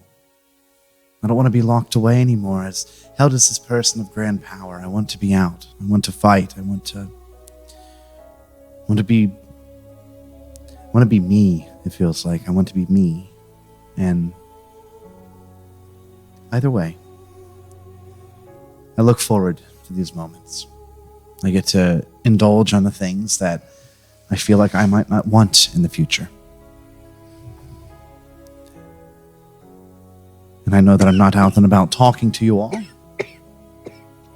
But I do feel, I know, I consider you as my friends.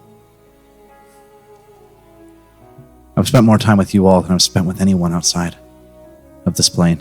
Anyone outside of your God's depiction, your God's theft, if you will. I don't know anyone else, really, except you all, the hoplites. She looks to your hand, Hector. Is your hand still older? Yeah, I never fixed that. She looks to it and then looks to your other hand. I don't think I was with you all whenever that happened. What happened to your hand?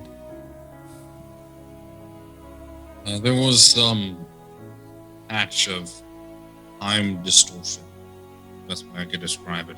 It's all this stone that you could see its life cycle as it got older and younger, back and forth.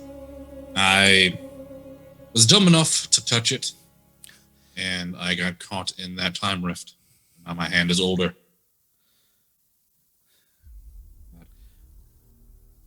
In Avellium, the Aexir Prime have powers beyond comprehension at times.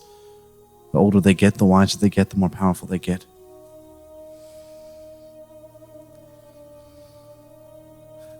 In fact, she looks to you, Cerseus. That's where your ancestors got their power. The Avun were gifted power after they defended one of our primes.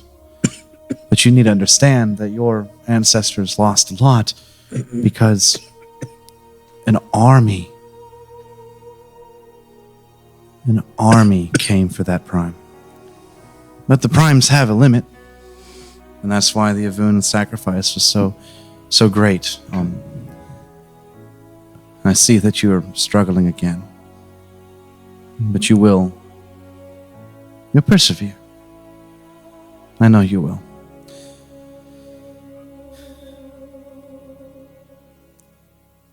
I did. We have. An idea, and Oh, go ahead. Go ahead. I did just have an idea, but I'd rather wait till I have my soul back. My teleport. If I have an associated object, I can get a definite. If I use that junction and try and teleport, would I be able to get to the others That may be something worth trying one day. There's power that we have, and well, if I could be powerful enough, if I had the power that other primes have, and I was able to use it, I'd be able to help you. But are you willing to sacrifice yourself to gain it? What do you mean? Can you only gain that power if you go through your understanding? I'm not sure, actually. I'm pretty sure that I innately have it because of the way I was born. But it wouldn't matter anyways. This plane, your gods, it wouldn't work. It wouldn't. Xasha, come here for a second. I'm gonna hold out my hand with the shard. Touch this and turn that cot over there into a pillow. Just imagine it. I want to see if it works. She stands up, walks over. One thing I do know, it is sacrilege to. She's kind of like joking when she says this. Don't take it literal.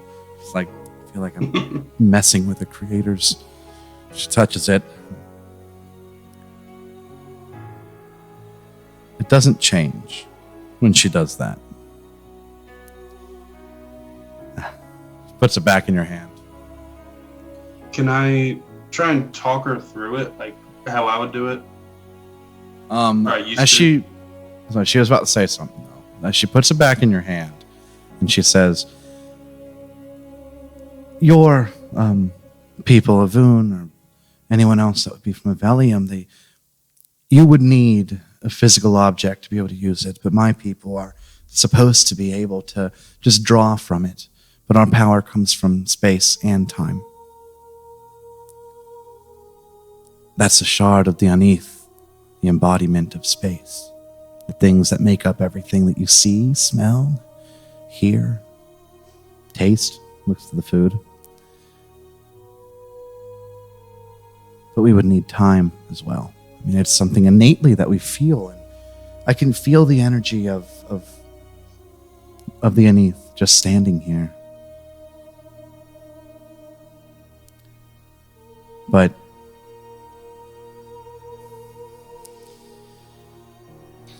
we would need time, and time is locked away right now. So I have nothing to give you. Nothing. She walks up to you, Hector. She looks at your hand that's aged. And then she looks at it, she kind of holds it, and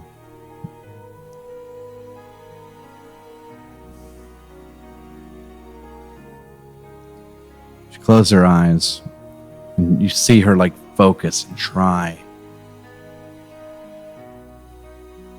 And Hector, you watch your hand de-age and go back to normal.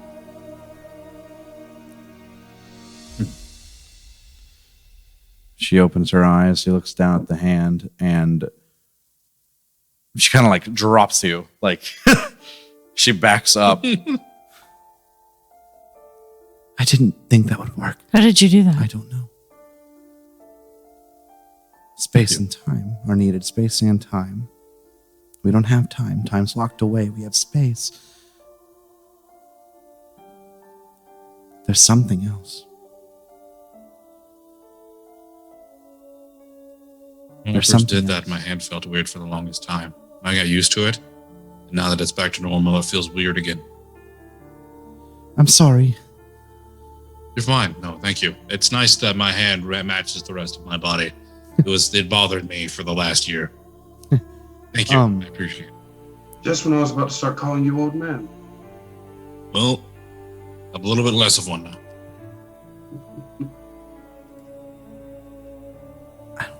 I don't know.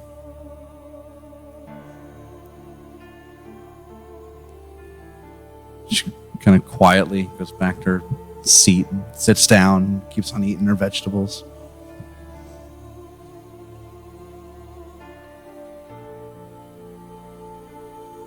Is there something I'm missing? About what?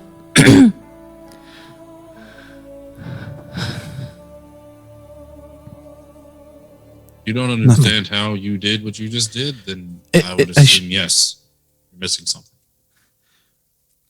But it shouldn't have happened. That shouldn't have happened. When I held your hand, Hector, I held it as like I wasn't expecting anything to happen. Maybe it's Hector.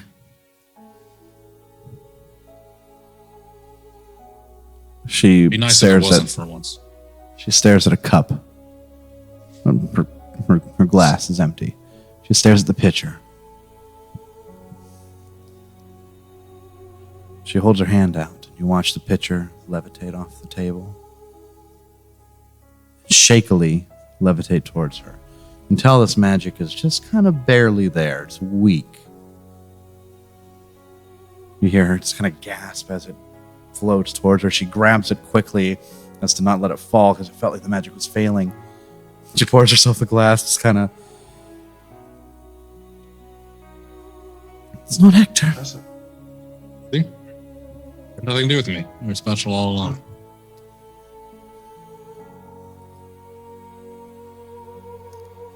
It's very odd. Looks like we're going to have to give you more opportunities to test out your newfound powers. But where did they come from? That's the thing.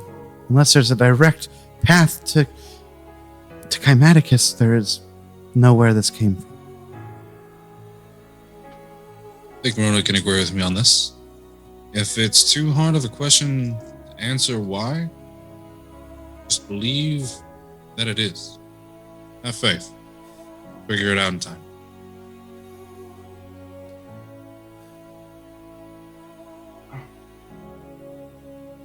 If I step outside, I feel like I might be able to maybe at least see a direction. But I don't know if that's... are there any magics you have that could conceal me? Let me see. I don't think so. Not me. And what I'm familiar with is if we construct a large enough lead box.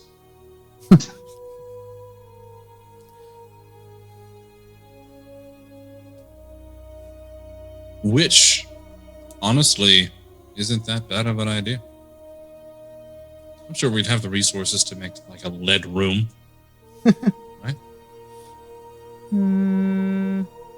That would be actually an amazing like vault, right? No. While we're Keep all your looking, cool magic items. I Like gotta a ask, big, with like that a lead-based room. I'm All right. sorry. I thought you were done. I'm sorry. No, I'm prattling. While we're looking, I gotta ask, would I have been able to levitate stuff with the shard when I had the ability? No, the shard changed things. It would change the Well, anatomy matter. of things. It's the reality stone. Okay, I didn't know if it was like a movement of space or something that like Sheet has and was able to change things. And I mean, I could have that technically, ability. if you would take an object and you would alter its like substance enough to where it was less dense than air, you could make stuff levitate. It just Just not- floats up into the sky. Well, It just I did it, only bro. levitates and goes up. Yeah. It's not guys, conventional. it's the last shard. Get it? I got it. Uh-oh. Whoa, whoa, whoa, whoa, It's like a balloon. whoa. I got I'm nothing. afraid not, dear. Not once you're outside this temple. The three of you roll me an intelligence check. Man, I skipped. I'm not good. Yes. Ah, no, it was so close for Hector being like lore based. He almost had a 3. Instead, I got a 17 for an 18. Now you're especially I got good. an 8. 8, 17, 22. I got an 18. 22. You think of a couple ways around it. Non-detection, could be one. Anti-magic field could also do it. As the way scrying works is it's a sensor around the person. You already have something that prevents scrying, so this building does it. Your Temple of the Gods. And you could even disguise her via illusion magic.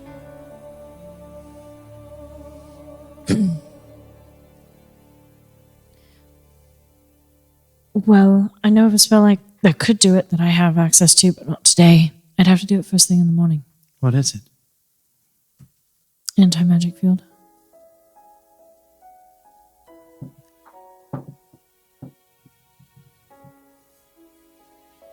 Which could be problematic.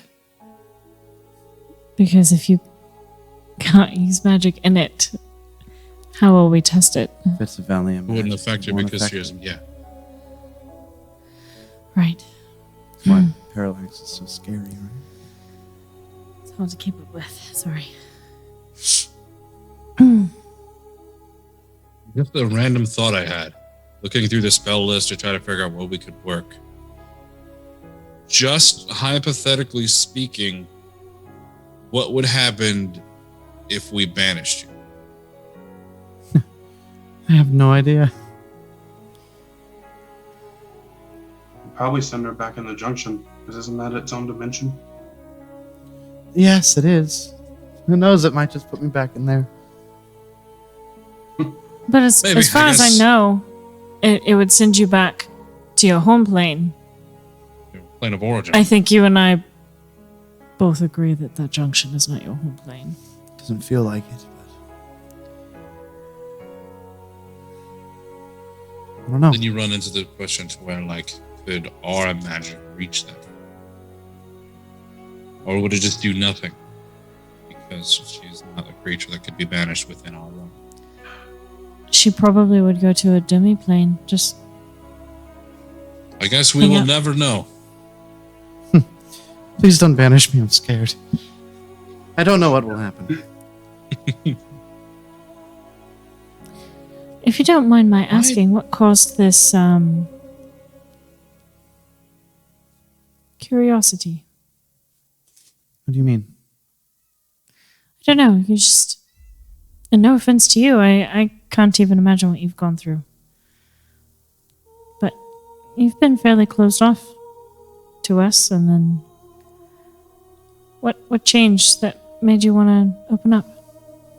It's a good look for you. Don't get me wrong.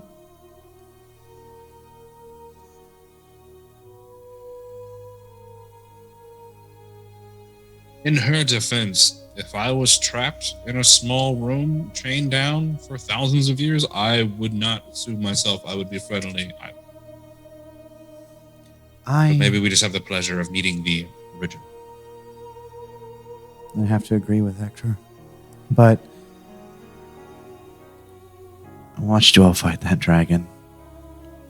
I watched you all climb the mountain, take on Skyrayas.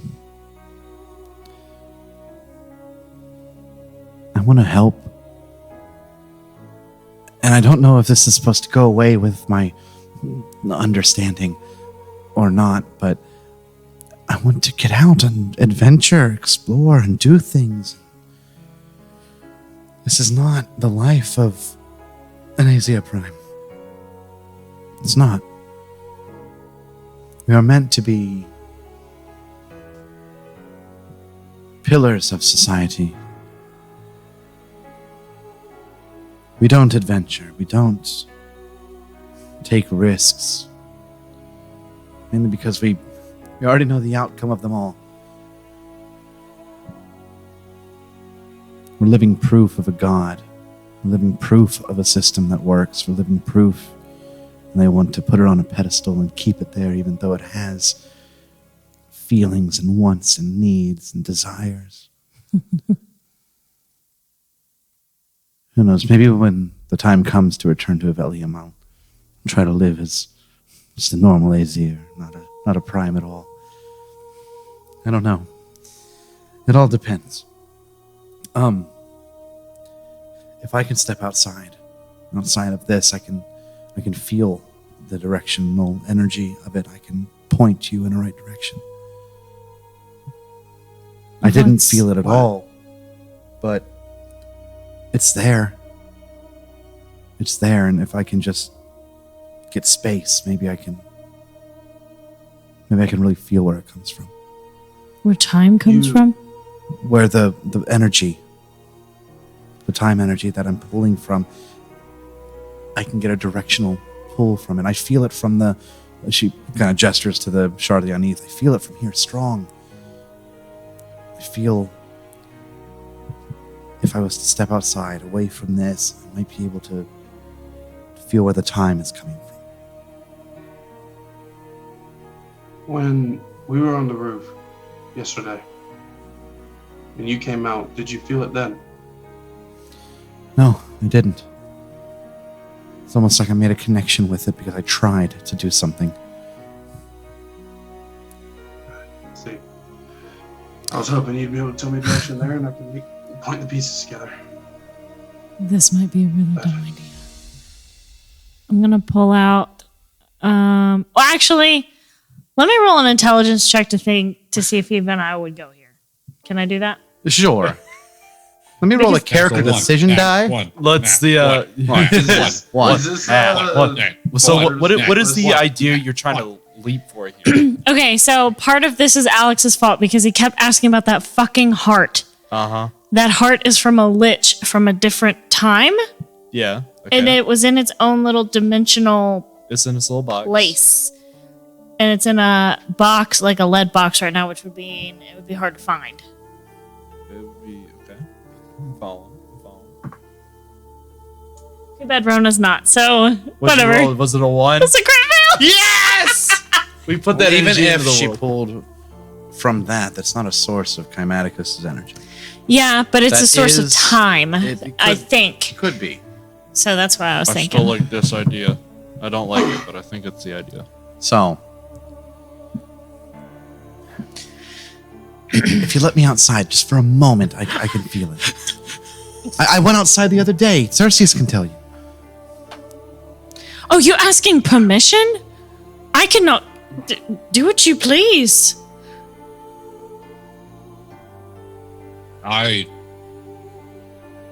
No. I only say, like, I don't mean to be mean to you. I feel you. I feel for you. I wish I could understand what you're going through. What if I wore a Give blanket? us. We can get you a blanket. We can get you anything you want. But you have to understand, you've been in that junction thousands of years. I understand that can have horrible sensory depravities on you. But as an immortal creature, hundreds of years are a blink of an eye to you. I can almost promise you that we can give you the freedoms you wish. We just need the time to get you there. If you go outside now, you might put yourself in a situation where you get trapped in that junction forever. You'll never get another chance. All I'm asking is that you hold off your urges. Give us the time we need to make it safe for you to go out there, and then you can go out as much as you want. But if you start going out now, you ruins. I didn't know I was so...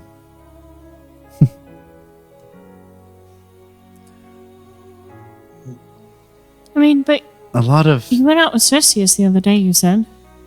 I did. I went out with Cerseus, who was already protected by Toril. Maybe that's what saved us there, and I'm sorry. Hector is right. We don't want to blow this. Lathander finds out what's going on, it's over. At least, maybe for me. I don't know. The three of us are together. The three of you are together, are on the move. Maybe that's something that they look for. Maybe they weren't looking when we were apart. I don't know. Maybe we got lucky. Yes. Find a way to make it Not work, just Uber. you, though. It's I'd love to let you out and let you be free in the world, but if we let you out, we may not be able to free the others. It's like you said, if Lathander finds out, we may not ever get a chance to get the other junctions. I'll play by the rules. We'll figure it out. I will. We'll give you that chance. In the morning, though, first thing, you'll take me out? First thing I'll take you out. When I was born floating adrift in Avellium, in the cosmos. Stardust created me. I was then put on this immaculate ship, flying through, and the first feeling I felt were hands touch me, pull me towards the ship, and then I felt arms and a chest as I was laid down onto a soft bed. I felt fabric, silk, cotton, just plush. After that, I felt hard wood on the base, on the bottom of my feet. I felt carved wood and designs, and pieces of fabric with my hands, and I've never felt snow. I don't know what it feels like. I'm excited to see where this feeling is coming from, the time, this energy, but I'm also equally excited to feel snow on my feet. It's a weird feeling. I'm really The whole giddy. Your life is so much different than mine. I'm excited. I am. I was a week old before being put in there. I missed a lot of things. I tried to connect to Aeon and go through my understanding while I was in there for the first little bit, but being chained up, staring at the temporal dragon, just defeated, and felt Aeon's powers perverted and held against its will. I tried to connect to Aeon, but the understanding you connect to Aeon, and he wasn't there. I was cut off, and I think the first real feeling I felt was disappointment and sadness, and to see hope after a long time. Hope's a good feeling. I want to sleep in one of the beds tonight if I can. Please do. Of course. Come on, I sleep in the loft with Vic Rose anyways. I do want to ask something of you first before we turn in. I'd want to see my brother Alistair Drydell Jr. in his last interaction with his father, which is not actually his father, it's Parallax disguised. Would you be able to also tell me how far ago it is if we're successful? Your adopted brother. You want to see the last time that your adopted brother was with?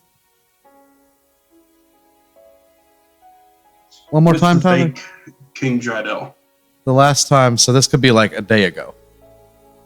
Yeah, could be a day Okay. ago, could have been a week ago.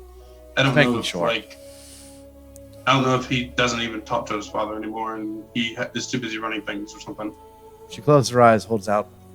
There goes the dice. Auto fail. So, she closes her eyes, holds out her hand to try to pull on that power once more, and you watch as the junction lifts off the floor and towards her hand and then rests in her hand. She walks over to you, Cerseus, as you're sitting down. She holds her hand out and places her palm on your forehead. She holds the junction out on the opposite end. She closes her eyes and you watch as the junction begins to lift.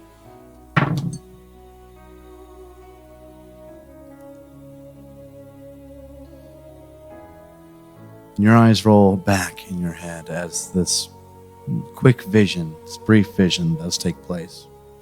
You see your brother walking down a grand hallway, a hallway you've seen before, the hallway that leads to the king's chambers. He is dressed in his naval commander attire, which is actually a little different than you would expect. Last time you were down there, he wouldn't wear that unless he was actively performing drills or something of the sort. But he's way past learning. You know, he's in charge now.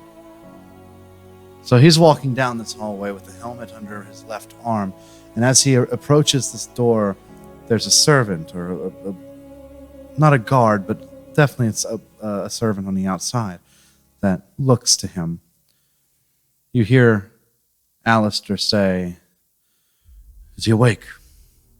The servant says, "But for a moment.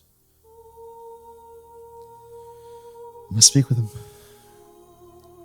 Goes through the door into a dark room. With this, the smell must be atrocious. It smells sickly in here. He walks towards a bed. You have trouble even seeing anything. It's all candle lit, essentially. He walks up to his bed. You can hear his heavy armor clanking with each footstep. As he walks up, he looks down to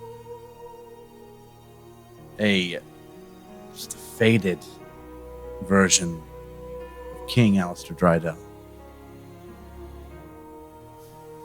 We'll call him King Drydell and the son Alistair just to keep them separate. No, they're both Aleister Drydell. As he walks up, Father.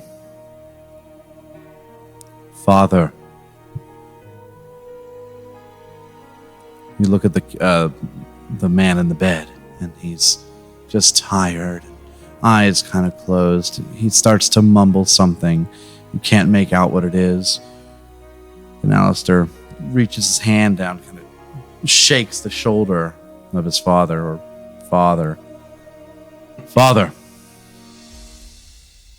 The Emperor has summoned us, Father. We must go.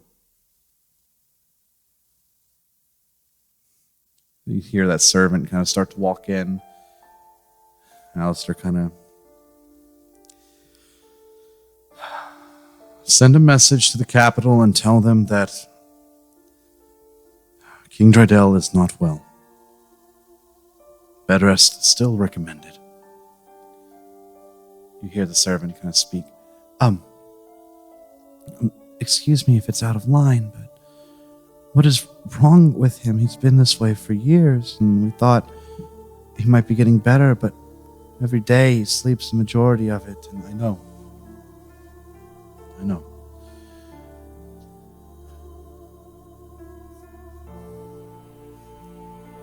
Father, if you can hear me, if you're in there still.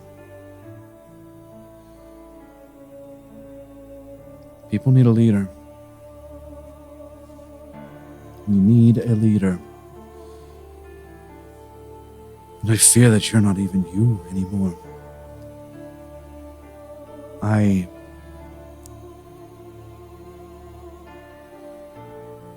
Looks back to the servant for a second.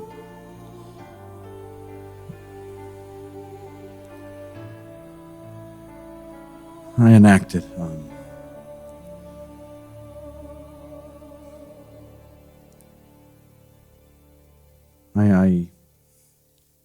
I enacted our amendment, and within a week, if you do not recover fully, you will be removed as king, and I will take your place. If you're in there and you hear this, and I'm sorry, but I will rule it as you once did back before your illness took over you. I will make sure that it is still a Drydell sitting on the throne. I promise you.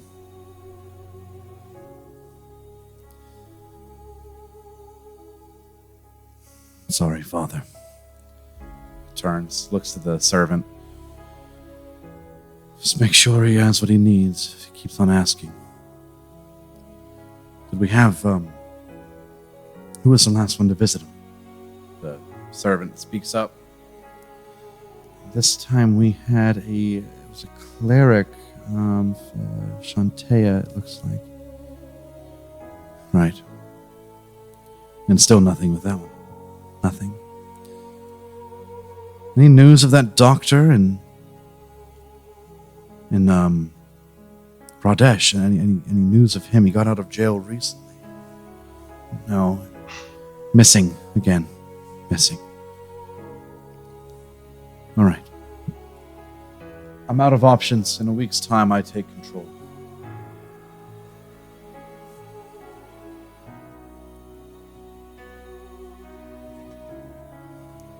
In a week's time, I take control. He kind of pats his hand on the servant, walks out of the room, stops for a second, look back at his father, who's just essentially almost a vegetable at this point.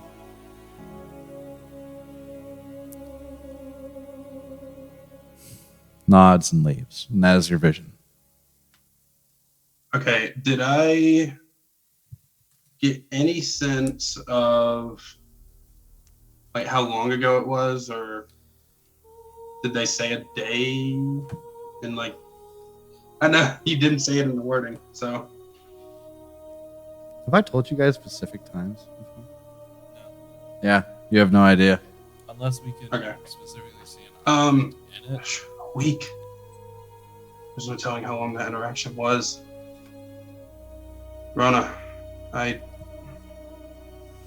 need your phone, your I need your calling phone. ability, and to be able to talk to them.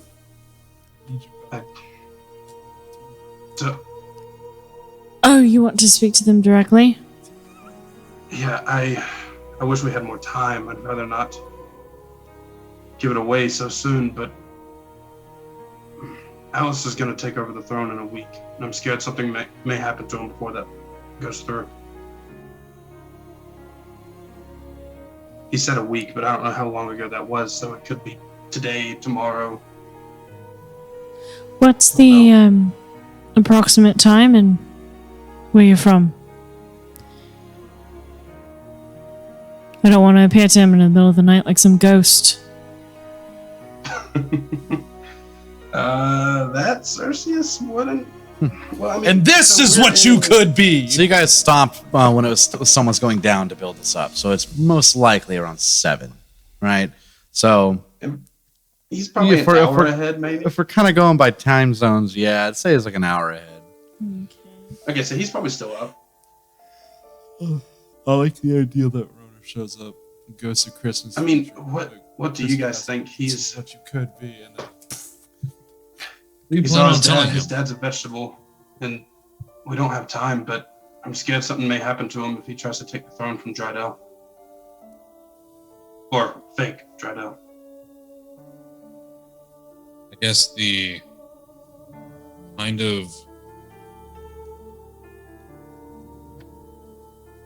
he said that in a week the throne will be passed on to Alistair, the junior. If the Emperor himself is recognizing that inheritance, that shift in power, and he doesn't take it, then that would create a vacuum to where the Emperor could install anyone in that position, take complete power from Aexir completely. So it's a dangerous game. If he declines.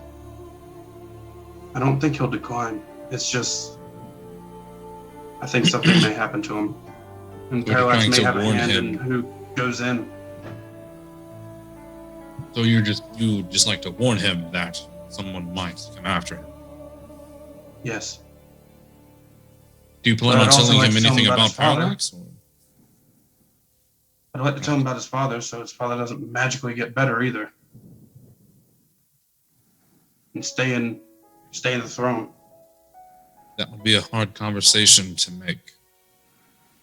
I agree this is important and Alistair needs to know, especially in this kind of situation, but hard to imagine the right way to approach it, because if we just go out and tell him that his father was killed 20-some years ago and was replaced by a mad wizard this entire time, I don't know Alistair, but I would find myself that'd be hard to believe. I know. It's If we have the junction, we have the ability to travel without any limitations anywhere. If we go to him tomorrow, bring him into one of our towers and allow him to see what happened and know for himself that is it a fact, then he would be more likely to listen to us than him approaching him in the middle of the night through a communication spell to go to rattle off all this information. What if I call him and tell him to teleport to us? He can meet us at Wormbreaker Castle. He can meet us at Wormbreaker. He can meet us at the Tower of Yore. At either of those options. He can meet us halfway. I can't go back yet. I Otherwise, can go I'd to the say Tower let's of go to Yore. him. It's a good neutral ground. Wormbreaker Castle might have too many years. The Tower of Yore. Did I say castle? I don't know. Eye of Yore Castle is of what it's Yore. called. If that sounds okay to you, I would suggest just Tower of Yore, and then we can meet him there, and then we can explain everything in person. I like the idea, but I need to I have tell your him. back either way. I'll tell him to meet us there tomorrow. What time do you think we can make it by? If we hurry, midday.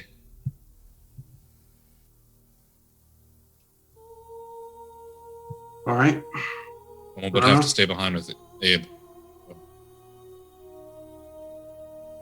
Because it would require you taking Icaros. Or, if you want to get there quickest, I'll prepare to call on Kara, and she can ride indefinitely. She can get you there really fast. Then I'll stay behind and I'll walk Abe at Icaros. I could teleport us tonight there. I did write down the circle, but I was wanting to rest. It's understandable. I do still have these responsibilities, so I cannot go with you. I'm sorry, but I have to see.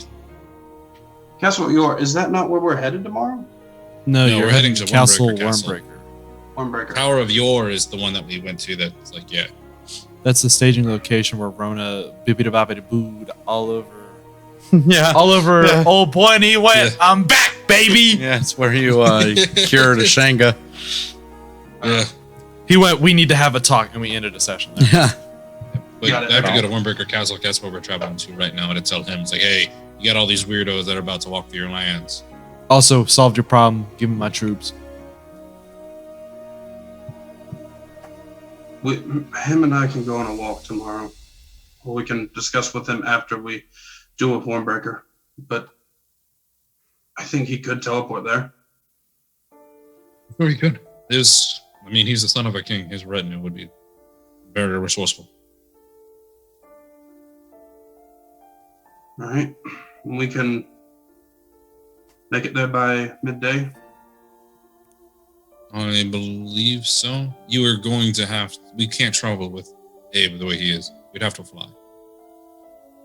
Otherwise, we wouldn't reach it till nightfall. It's about a 2-day journey, but if we fly, we can get it faster. All right. I could teleport us there tonight, though. All of us. You could. Just get there. If you And then we'll be there tomorrow. just teleport us to Yore, or I guess you can teleport us all to Yore, then I can just go back to the Wormbreaker Castle myself. No, didn't I write down Wormbreaker? You wrote down Probably. both. Because Yeah, so we you have to arrived in tell- so you Wormbreaker can just- Castle. We met with the 2 armed guards that were hanging out at a very precarious ledge, and you went, I would like to write those down for future reference. That's what I thought. Yeah. So I could teleport us to Wormbreaker, and we can stay the night, rest, and be there tomorrow when he gets there. Sounds all right. You just, sure, if Rona has the ability, we can talk to him tonight, have us meet her there at the Tower of Yore tomorrow. We just teleport our way there. Be much faster. You said Tower of Yore again. Well, I assume like Wormbreaker and then Yore, right? Because all you No, have I'm to thinking do about at having this Wormbreaker is conversation at go. Wormbreakers. Yeah, all I have to do at Wormbreaker is be like, I have to explain the situation to him. You don't have, if you want to go talk to your brother, then I can handle Wormbreaker. Everything that's included with that.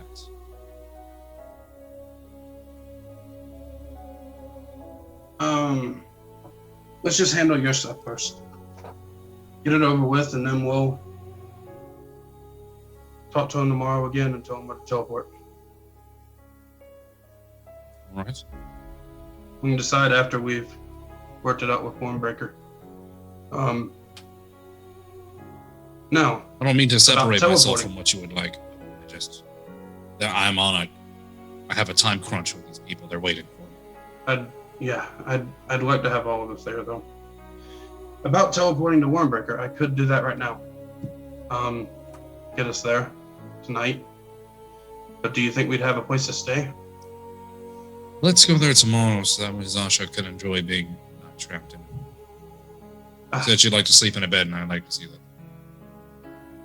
Xasha just kind of looks to you, Hector. Xasha. She's made her way over to Rona and is just kind of like looking at your hair, just braiding it a little bit.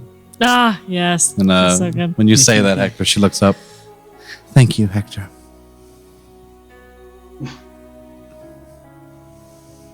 Right.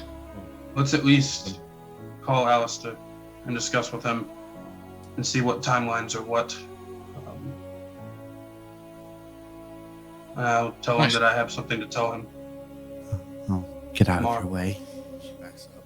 Probably good. Your hair's half braided lock right here. Yes. I'll step like kind of central, like near the table, so I guess where we can sit, but at a good angle to where Zasha's not. She steps Anywhere off to near. the side, starts looking at the bed that was Hector's. Just like touches the sheet and then pulls it back, pushes into it, and just seems really grateful for all the tiny little things right now. But I cast what is it called again? It had a name. Skype. Union. I cast Skype. I cast Skype. Yeah. Cast Zoom. Cast Discord call. It definitely had a name. Guys, you're breaking up. Hold on. Guys, can you hear me now? All right, hold on. I'm gonna end the call. I'm gonna start it back up. All right, we good? What projection? I call it projection. Is it projection? Yeah, I'm letting this. Oh, sounds about right. pretty sure I called it projection.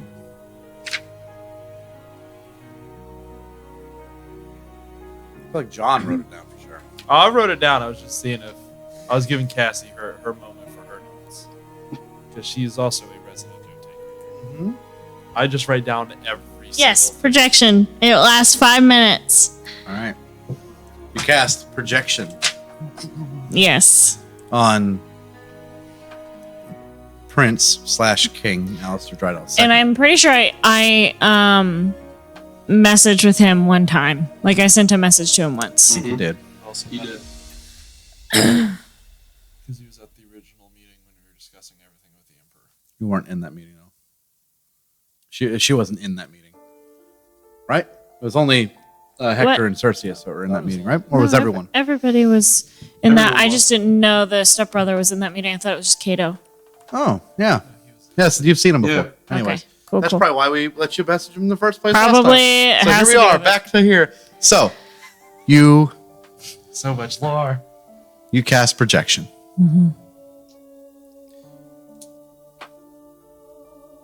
You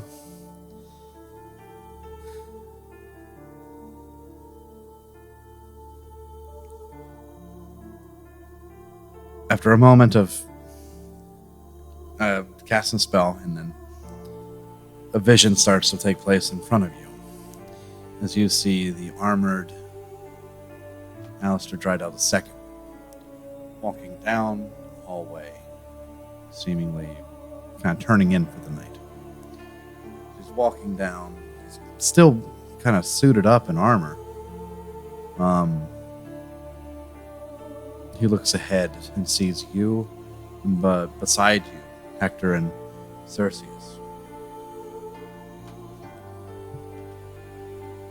Alistair. It's been a long time. Am I dreaming? No. Nope. no. That's my brother's My friend thing. here, Rona, has the ability to talk to you. And I can see you as well. I have gathered some information that you're going to take the throne soon, correct?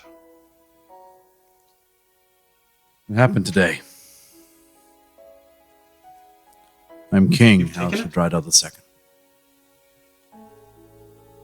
II. Congratulations, brother. It's great. I was trying to reach you, but I'm relieved. Could you possibly get away tomorrow and meet at Warmbreaker Castle? I'd like to tell you something in person. Of your. Wait. Castle of Yore as well. We could also meet there. I don't think we can tell if you're the Wormbreakers have big ears. Assuming you Tower of mean, yours, neutral ground for us, sort of. assuming you mean the Eye of Yore. Yeah, we can make it there. Yes, but you want to explain to me, Cerseus? It's been a long time. Haven't heard a word from you.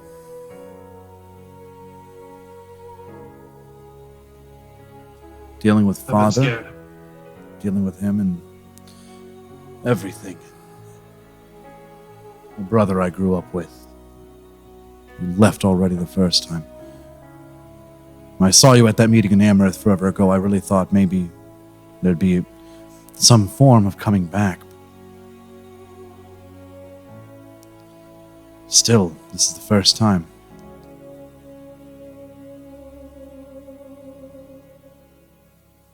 There's been a lot of things that I have found out that I can't even think of how to tell you. But the time has come where I have to, and I just can't avoid it. And I've been scared. Tomorrow, That's on my what part. time? Around the afternoon, before sunset your time, at the Tower of Yore. I will do what I can to be there. I have new duties now, but I will try my best. Thank you. I want you to know I'm sorry. I'm sorry. It's hard to go back to a place where you've killed so many people on accident, and I just don't know how to face it. I'll see you tomorrow. Nice to see you two again.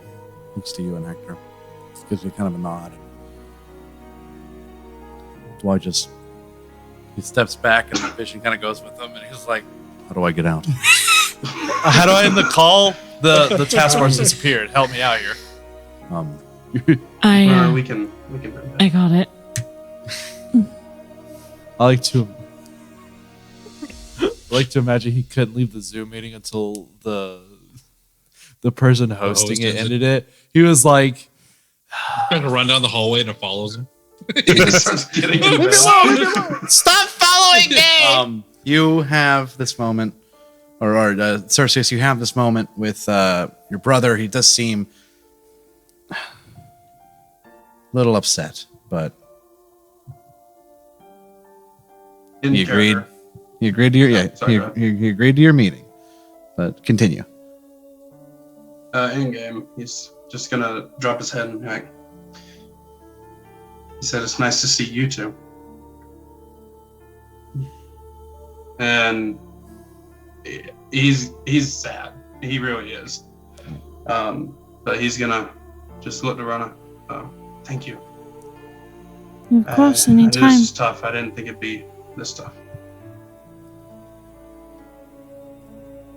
I wish it wasn't as urgent, but seems like we've already passed the urgency. I'm gonna go lie down. Great. Xasha, it's always good to see you. It's already laying down. But she's like, nice to see you too. Tomorrow I get to feel snow. Hmm. And I'm excited. I'm glad I could help you when I did, Cerseus. And that's for the rest of you. I wish I could help more. But Could you finish braiding my hair? Actually, that felt amazing. yeah, she pops up out of the bed and comes over. Cereus, you go to lay down. All right. She braids her hair for a little while, and then you head to bed. I'm gonna spread some water in it so that way when I wake up in the morning, I take out all the braids. It's nice and curly. Okay. Yeah. You do that. She stays out and lays in the bed for tonight. And Hector, anything else you want to do? He goes. All right. You all start to rest for tonight. Eldon, back at your place. Anything you wish to do before you turn in for the night? Safe. Would have. What? Did you just say wisdom save? Actually, yeah, he's right. I'm Wisdom save. derailing. I'm sorry. No, he's absolutely Yes, right. I Wisdom knew it. save. Yeah. Yes! You can't escape. I was like, okay. 17. It's not a charm. Nope, it isn't. It's just a wisdom save. 17. What are you doing? I would have been telling Bessie about all the stuff that's happened since we were last together, about how we fought Javisair, and I literally came right after to the baby, how we reunited Kavrat together, and how we had this dangerous undertaking the entire time. I'd basically just be telling her everything I couldn't tell a normal person, or someone that wasn't there with me. You have this moment where you just really just enjoy each other's company, and you fall asleep just kind of talking to each other. You just realize it's way later than you wanted it to, but baby is asleep next to you. You guys fall asleep, and you all long rest. Hector, Oh, Oh, hold on. roll me a yes, it's too late. roll me a D100. I was about to say, I rolled lower than him. 100. Curious. I disagree, but D&D Beyond said I rolled 80. Hector, you have a pretty good dream tonight. It's been a while since you had a good one, but the dream ends, should I say. The dream kind of lingers at this one point where you're sitting atop a mountain neighboring Ironcrest, your city. Looking down, you see the rebuilding of your people. Walls that were broken and shattered that you've seen before being built back up. No sign of a scourge or of Zarakoz or of any undead anything. It looks like a battle was won and you are recovering. You are building back. Then you hear a familiar voice from behind you. Hector. You turn and you see Var. He walks up this small little snowy path to get to the ledge that you're at. A felled tree is what you lay, or you kind of sit on as you look out. He sits next to you. It's been a while. It's good to see you, though. You as well. How have you been? I'm all right. I'm still alive. I visited Rona the other night. There's a task, a mission, a quest that I need you all to embark on for me. It's really important. I told her about it, but there's an island. He points kind of from where you're looking, south, or I should say way more east and slightly to the south. He points in that direction. Right there. Way over there. There's an island I need you to go to. It's important. I don't exactly know why. I told her that, waited for the right, appropriate time, I guess, to divulge more information when you all weren't running around like chickens with your heads cut off. I do remember how that was. Hectic all the time. But I mean, look back at everything we've done, it was worth it. Rona's on the throne. All this talk of war between Kavarat and the rest of Tirafel, it all feels quelled, at least to a certain point.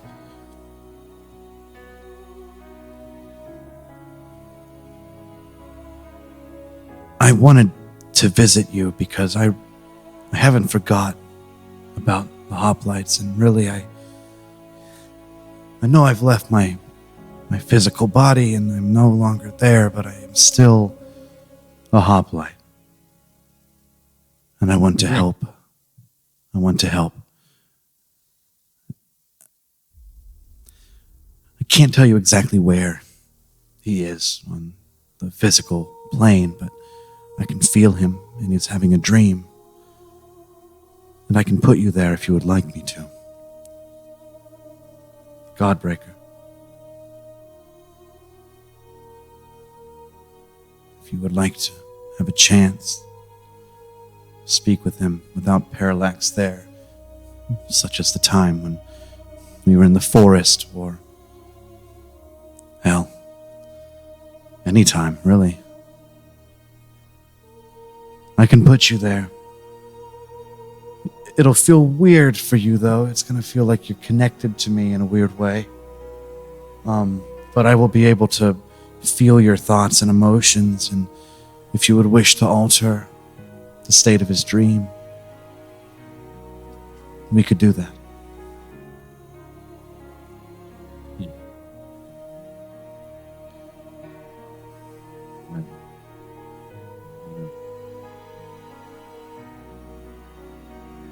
Not for me to imagine anything more than just a rabid dog on a short leash owned by a mad wizard right now. I don't know what talking to him would really accomplish, besides just him just being an affront to everything I try to do. Well, from what I understand,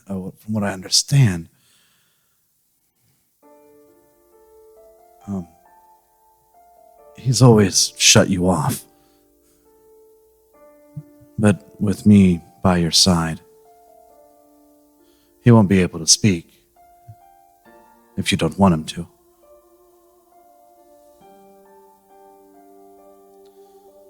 You have a chance to get everything off your chest that you want to.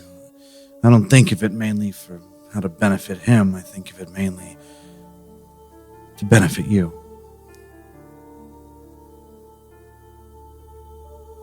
I know it's weird. It's got to be weird. I don't have my future self before I left killed my sister. That's not me. But damn if I wouldn't want to say something to him. Swear at him. See where he's coming from. Try to tell him not to do it. Because in some reality, some branch of this timeline that Parallax is splintered, I kill my sister. And even though, yeah, it's not me, but it is. We've dealt with our differences with our future selves, but it seems to have been something that rubbed you a particular way. So I'm coming to you now, if you wish. If you wish, I can give you the chance to speak to where he'll have to listen.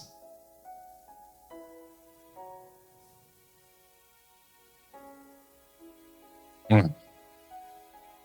We go talk. Try not to wake up. This is going to feel weird. You're going to feel like you're falling. Just trust me. He reaches over, kind of grabs your head, just with one hand, kind of just puts it on the side of your face, kind of leans it towards his. You touch foreheads for a moment, and then you feel that drop, almost like you're on a amusement park ride where the floor just lets loose. That's what it feels like for a moment before you're stabilized. And it doesn't feel like you're stabilized with all that G-force against you. It feels normal again. And you look up and you see a nightmare. You walk through the streets of a destroyed Ironcrest. You see people standing around, and it's weird. They're not savage or anything, but they are undead. They definitely are undead. Bodies rotted away of nobles and of soldiers and even of people that you know personally. Ones that you know that fell that day. You stand kind of in a crowd of them, and ahead you see a little bit of a gap and then more of these bodies. You kind of walk forward with Var, and then you turn to your side and you realize Var's not with you anymore, but you still feel him. This must be what he was talking about. You walk forward through this crowd and you see your brother, but dead and decrepit and rotting away as well, dragging something. As you get to the front, you see he is dragging you, Godbreaker. Dragging him through the streets. Godbreaker barely conscious. You hear Godbreaker just kind of shout out, "I'm sorry, I couldn't. He's dazed and kind of barely conscious, it almost feels like. Getting dragged towards the gallows. An execution style that hasn't been prevalent in a long time. At least inside of Avellium. Or at least inside of Alvaron.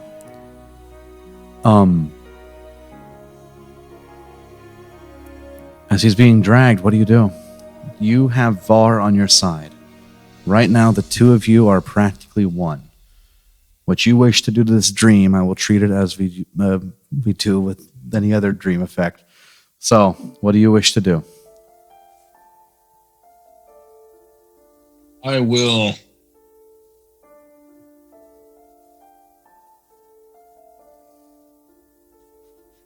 take a moment to take in everything that is around me, because this is a horrifying thing to see. And then I'll reach out and I'll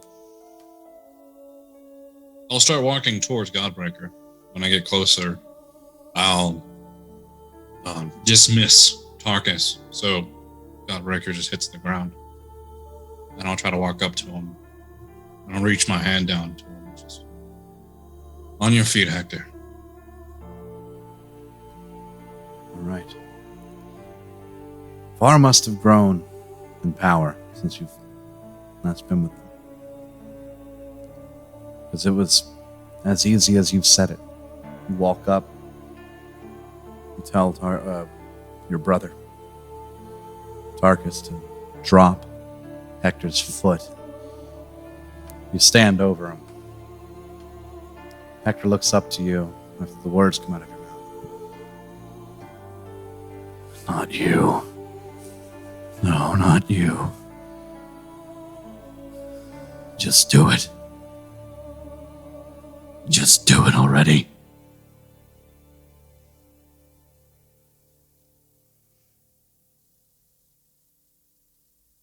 No.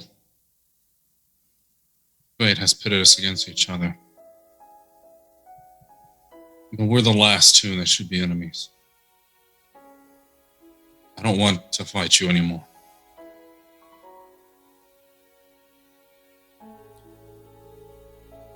You held your hand out for him, right? Yeah. He smacks it away, gets up on his own. Slowly, though, you can tell whatever state this nightmare put his body in, he's hurting a lot. He stands up. You want to ruin every chance that I have to prevent anything bad from happening to Alvaron. You want it to be subject to more war. He doesn't want to just bring it back from Zerikaz. He wants to eliminate the 100-Year War and all future war. How many lives that will save? The population of Tirafel, the population of Alvaron. At first, yes, it was a fight against that damn lich, but now it's something greater. Now it's something that I can save those that shouldn't have been lost. And you're in my way. You're always in my way. But you don't listen to me, do you? Hector, No. you know, because I know. And it's harder for you to admit. And you know I don't say this to hurt you. But whatever Parallax can give you, you know it's not the real thing. Or Alvaron is gone. Nothing he can do can bring it back. You see for a I'll moment give on you- his face. You see just for a moment, like that like crack in the surface, the crack in his reasoning before it just like comes right back. Like it's almost like he's conditioned, like no liar, and goes back to his stone face, defiant and anything else. But continue. I know it hurts. And I'm so sorry, because I can't imagine the pain of what you're going through. But for Armada's sake, man, we're the same person. I'm not someone trying to sell you dreams to get you to help me. You're me. I'm you. I look at you. At first, I was terrified of the thing that I would turn into if I failed. You see me, and you see an obstacle in the path to get back what you lost. We're both toys to this man. That's all we are. Toys. Yes, I will admit that is right. That yes, we at one point have been manipulated to get to where we are now. But when you see the bigger picture and you see everything that went into it, you will know. You see him reach on his back as if he's going for the hammer, but it's not there. And he tries to reach for it. When he realizes it's not there, he begins to come towards you as if he's about to punch you. So what do you want to do?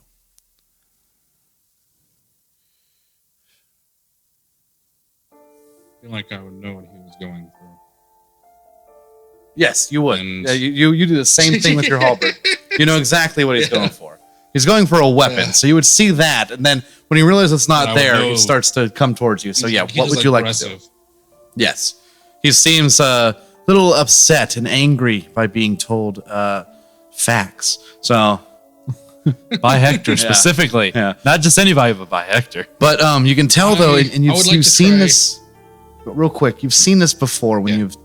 you've gotten that moment with him. This is the breaking point. This has been the point where when Hector starts to lash out, Godbreaker starts to lash out. That's when he stops really listening. He didn't say what he wanted you to say, so now he doesn't care at all.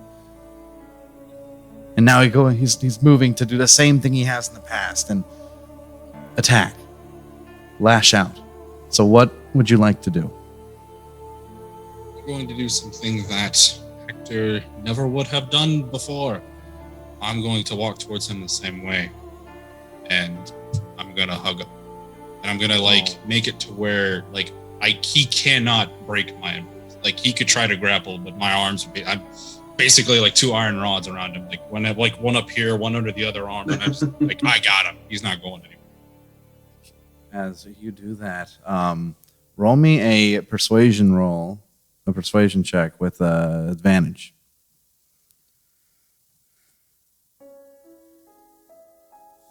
I got a natural 20 for a 31. The dice have chosen. He begins to walk towards you, just a fist up, and you, like, using Avar's ability, you kind of just, like move very fast right there. Your arms wrapped around him, and as he goes to kind of punch, now he can't go forward anymore. You're not there, but he reaches down, tries to pull you off, kind of hits you a little bit, but don't know if it was something you did or Var did, but you don't feel it. It's nothing to you. It's like a child hitting you. And he begins to get angry and he's pushing as hard as he can, but it's nothing. And let go. Let go of me. You don't know. You don't know what it was like. You don't. And he just fights you for a moment, but you stand strong. And then you hear just that crack in the voice. It's that slight crack. He said he could fix it. He said he could fix it, and I need it fixed. It has to be fixed. It has to be fixed. And his body starts just... It isn't as tense.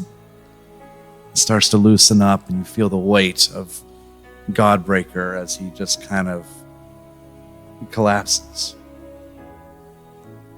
His hands hanging off of the back of your armor.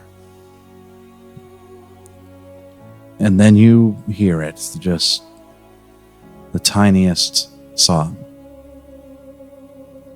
Said he could fix it. He said he could fix it. And I need it to be fixed. So what do you think you can do? What is it that you can do? Oh. Nothing. Can't fix it. It's gone. The only thing we can do is Avellium. We know they're suffering, and we can fix that together. That's all that's left. In the beginning,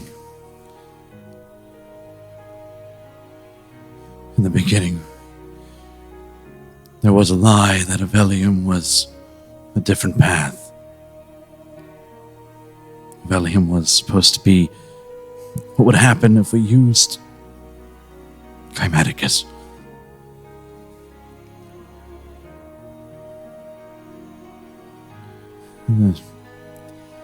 I didn't know. I had my doubts, I had my thoughts that maybe this isn't the right way to go, but it felt like the only path to go, the only path to reclaim my people, my land, their lives, everything, stop everything from happening. But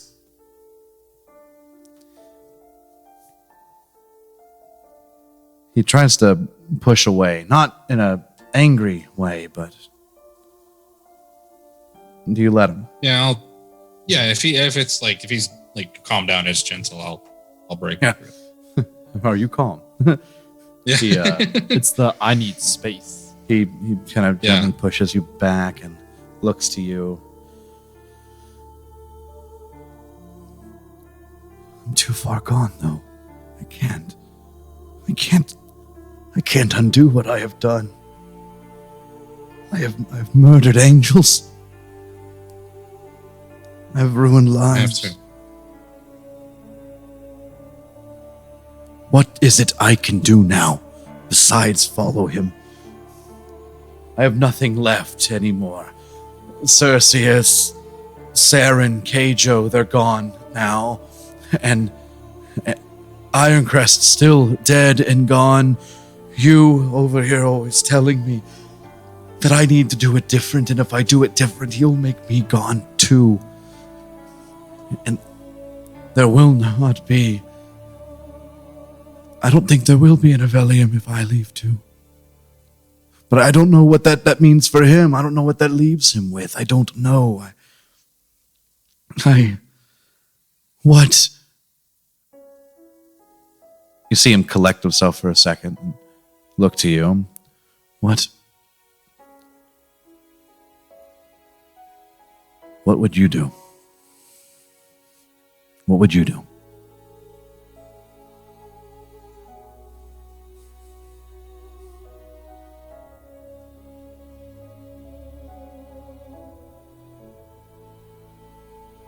It's the only thing that we were ever able to do. We lost our way. Just ask for forgiveness. And then try to find the light. Is it true, though? Is it true that the gods stole this world? You've had access to the junction. I have not. Not for that use, at least. Yes. It is true the gods captured these creatures and used them to enslave this giant, our closest thing is to call it a dragon. It's what it basically is. They used it to take one of these worlds and turn it into this. That is true. Ilmater does work to revert it. So if we fight and we bring Avellium back, I know Ilmater and everything seems really far gone for you, but we both know that it's never too late as long as you are able and willing to ask for forgiveness.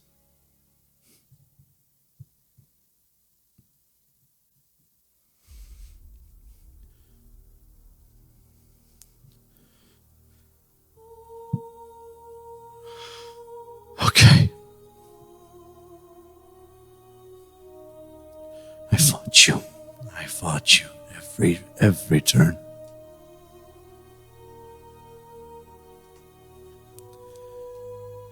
And I did the same. And, Hector, I am sorry for how I treated you. It wasn't fair.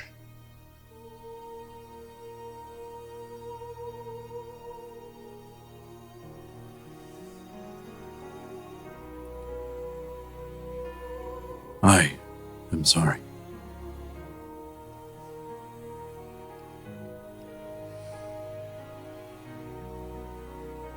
But I know tomorrow will be different. It's all just a dream anyways, isn't it? Looks to the side, sees all the dead faces of relatives, nobles, and just Malveronians. All of it's a dream. Even you.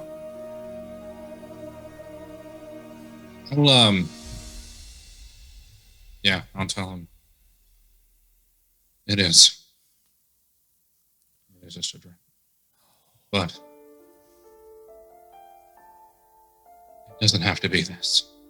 And then, where I was and what I was doing before Var found me, I'm gonna put Godbreaker in that spot where the battle was won, Ironcrest is rebuilding, Alvaron's alive again. You do that. Var aiding you, your surrounding just washes away like a blizzard for a brief moment. And you and Godbreaker are sitting on that log. You where Var was, Godbreaker where you were. And you look down towards Ironcrest just being built. A beautiful sight. The sun is out. And it's alive again. Godbreaker stands up and looks down.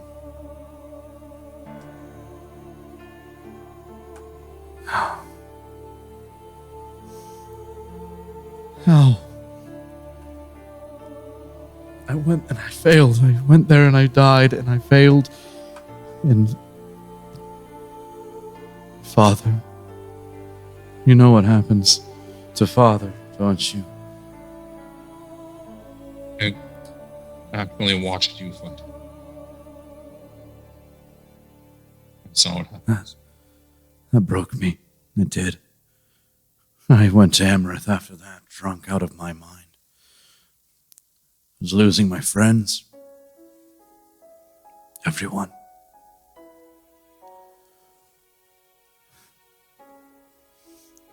Ph.O.L.I.T.E.S found me.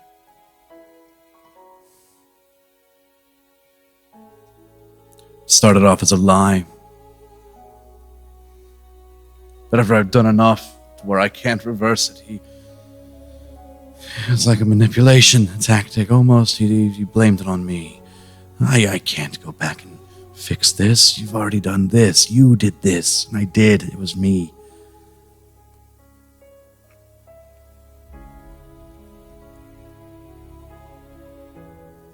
He's not afraid of Lathander. He's just annoyed that he knows. But I think there is part of me enough that is still intact that I know that you cannot trust anyone. For the longest time, I couldn't trust him, and then I did. But lately, I've been thinking back on things, and there must... he's not telling me everything. He's not telling me everything. He didn't tell Cerseus or the others enough. I know that they must have talked to them. I know that you guys talked to them. But I don't know what they know. Parallax is dangerous because he's holding back. He's always holding back. I don't know how powerful he can be. I don't know where it ends.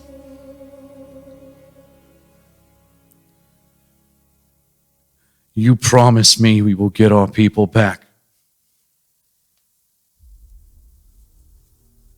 You promise me that this will happen.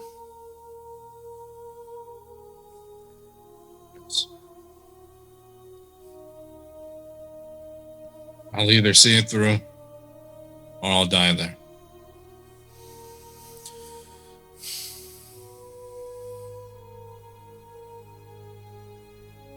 But thankfully, I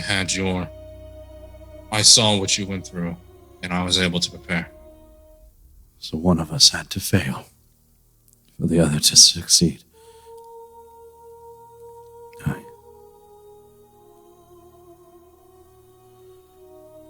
I see. He stares down to Ironcrest being rebuilt one last time for turning, and he gives you a hug. Holds you for a second. Well, go ahead, say something if you wanted to. Yeah, I was gonna tell him. That's our lot in life, right? We're the ones to sacrifice to pave a way for the next. He comes off. Ironcrest has a chance. It has a chance.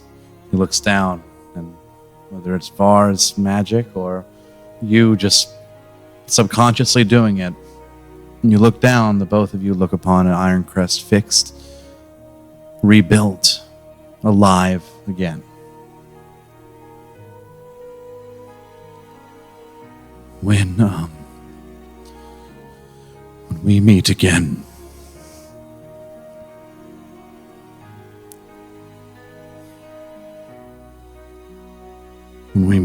follow my lead. And do not speak of this. Not to anyone. Understand? If you speak these words outside of the stream, you will find out.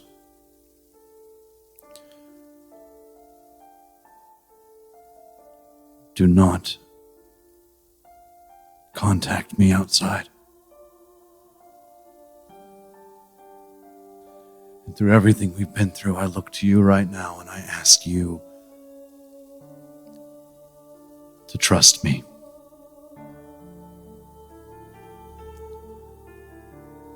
When we meet, trust me.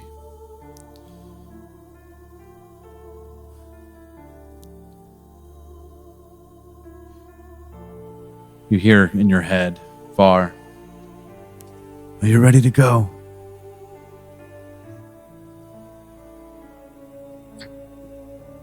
I'll look at Godbreaker. Just until next time. Oathbreaker. Then I'll trigger. It's like I'll trigger. He looks bars to you. and pull me out. It looks to you before you go. For Avellium. For Avellium. And you are taken out of the dream. Everyone wakes up the following day. Where's Partly- our dreams? Hold on. Nope. Sorry. Partly by Xasha. She is over you. Nona. Oh my gosh. Hi. Please prepare the spell. She's the Mike Myers. Sorry, I'm just really excited. No, that's all right. I appreciate you being excited. Give me like 5 minutes. Okay. Give me like 5 minutes. Okay. Count to 60 5 times in your head. I know what a minute is. I'm just. Okay, I'll wait. I was about to say 1 2 skip if you 60. 1 2 skip if you 60. She walks away. You prepare the spell. Which one? Anti-magic field. Okay. Bump, bump, You bump. prepare the spell, and as you do that, and everyone kind of goes through their opening motions, you're sleeping in, so you'll wake up soon. Sleeping. Yeah. You're kind of like awake, just looking at your wife and I just don't son or just by you and hearing. Ikari, my child. Enjoying this moment. You really just it's sucking up every little part of this little vacation you get. You prepare the spell.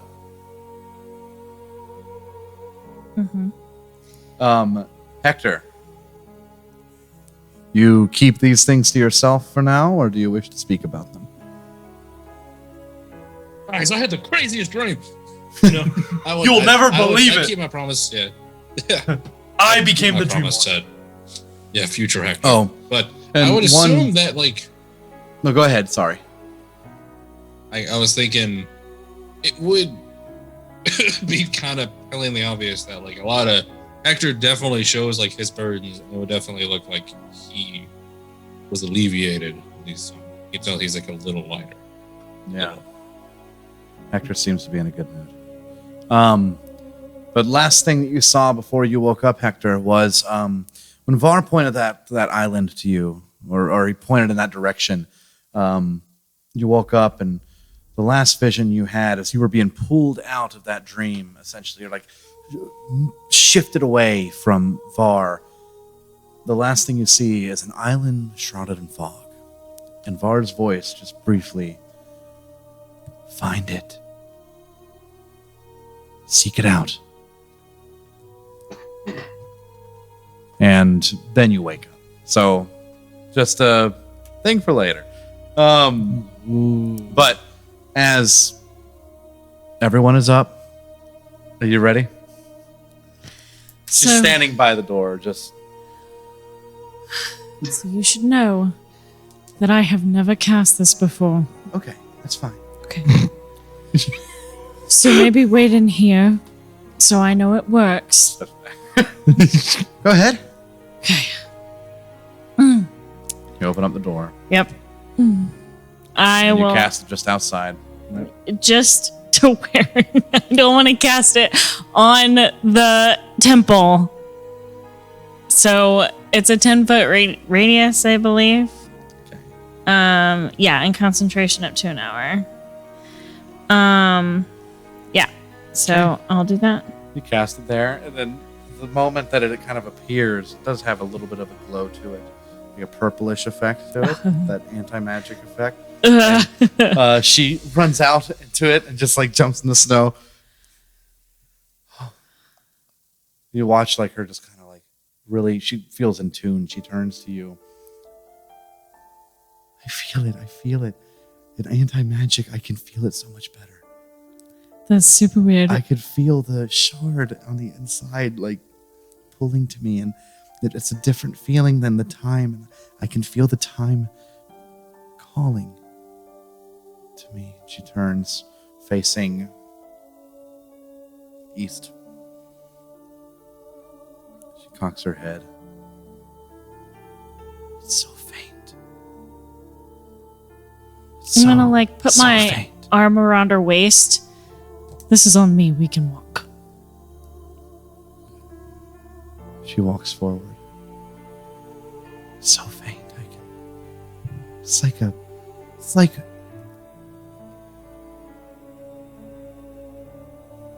What is that? What is what?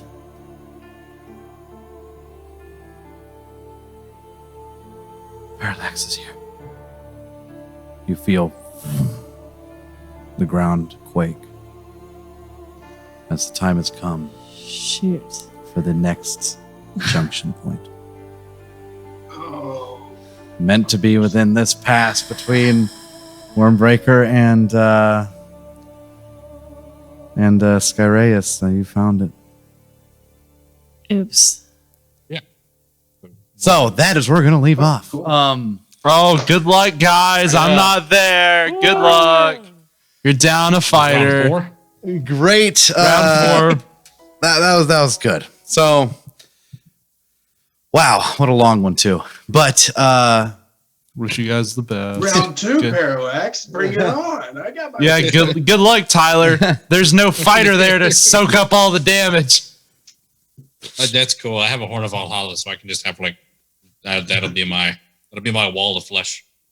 all right. So I want a 200 hit point meat bag. with Don't have that, a counterspeller. Yeah, Nope, good luck. not anymore. Tyler has You don't. I counterspell. have counterspell. not anymore. You Oh don't. shit! Tyler has Oh. counterspell.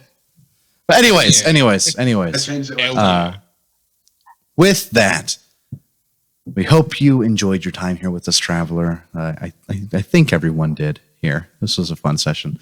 But yeah. Until we meet again, stay safe out there, Traveler, and keep moving forward. Goodbye. Bye.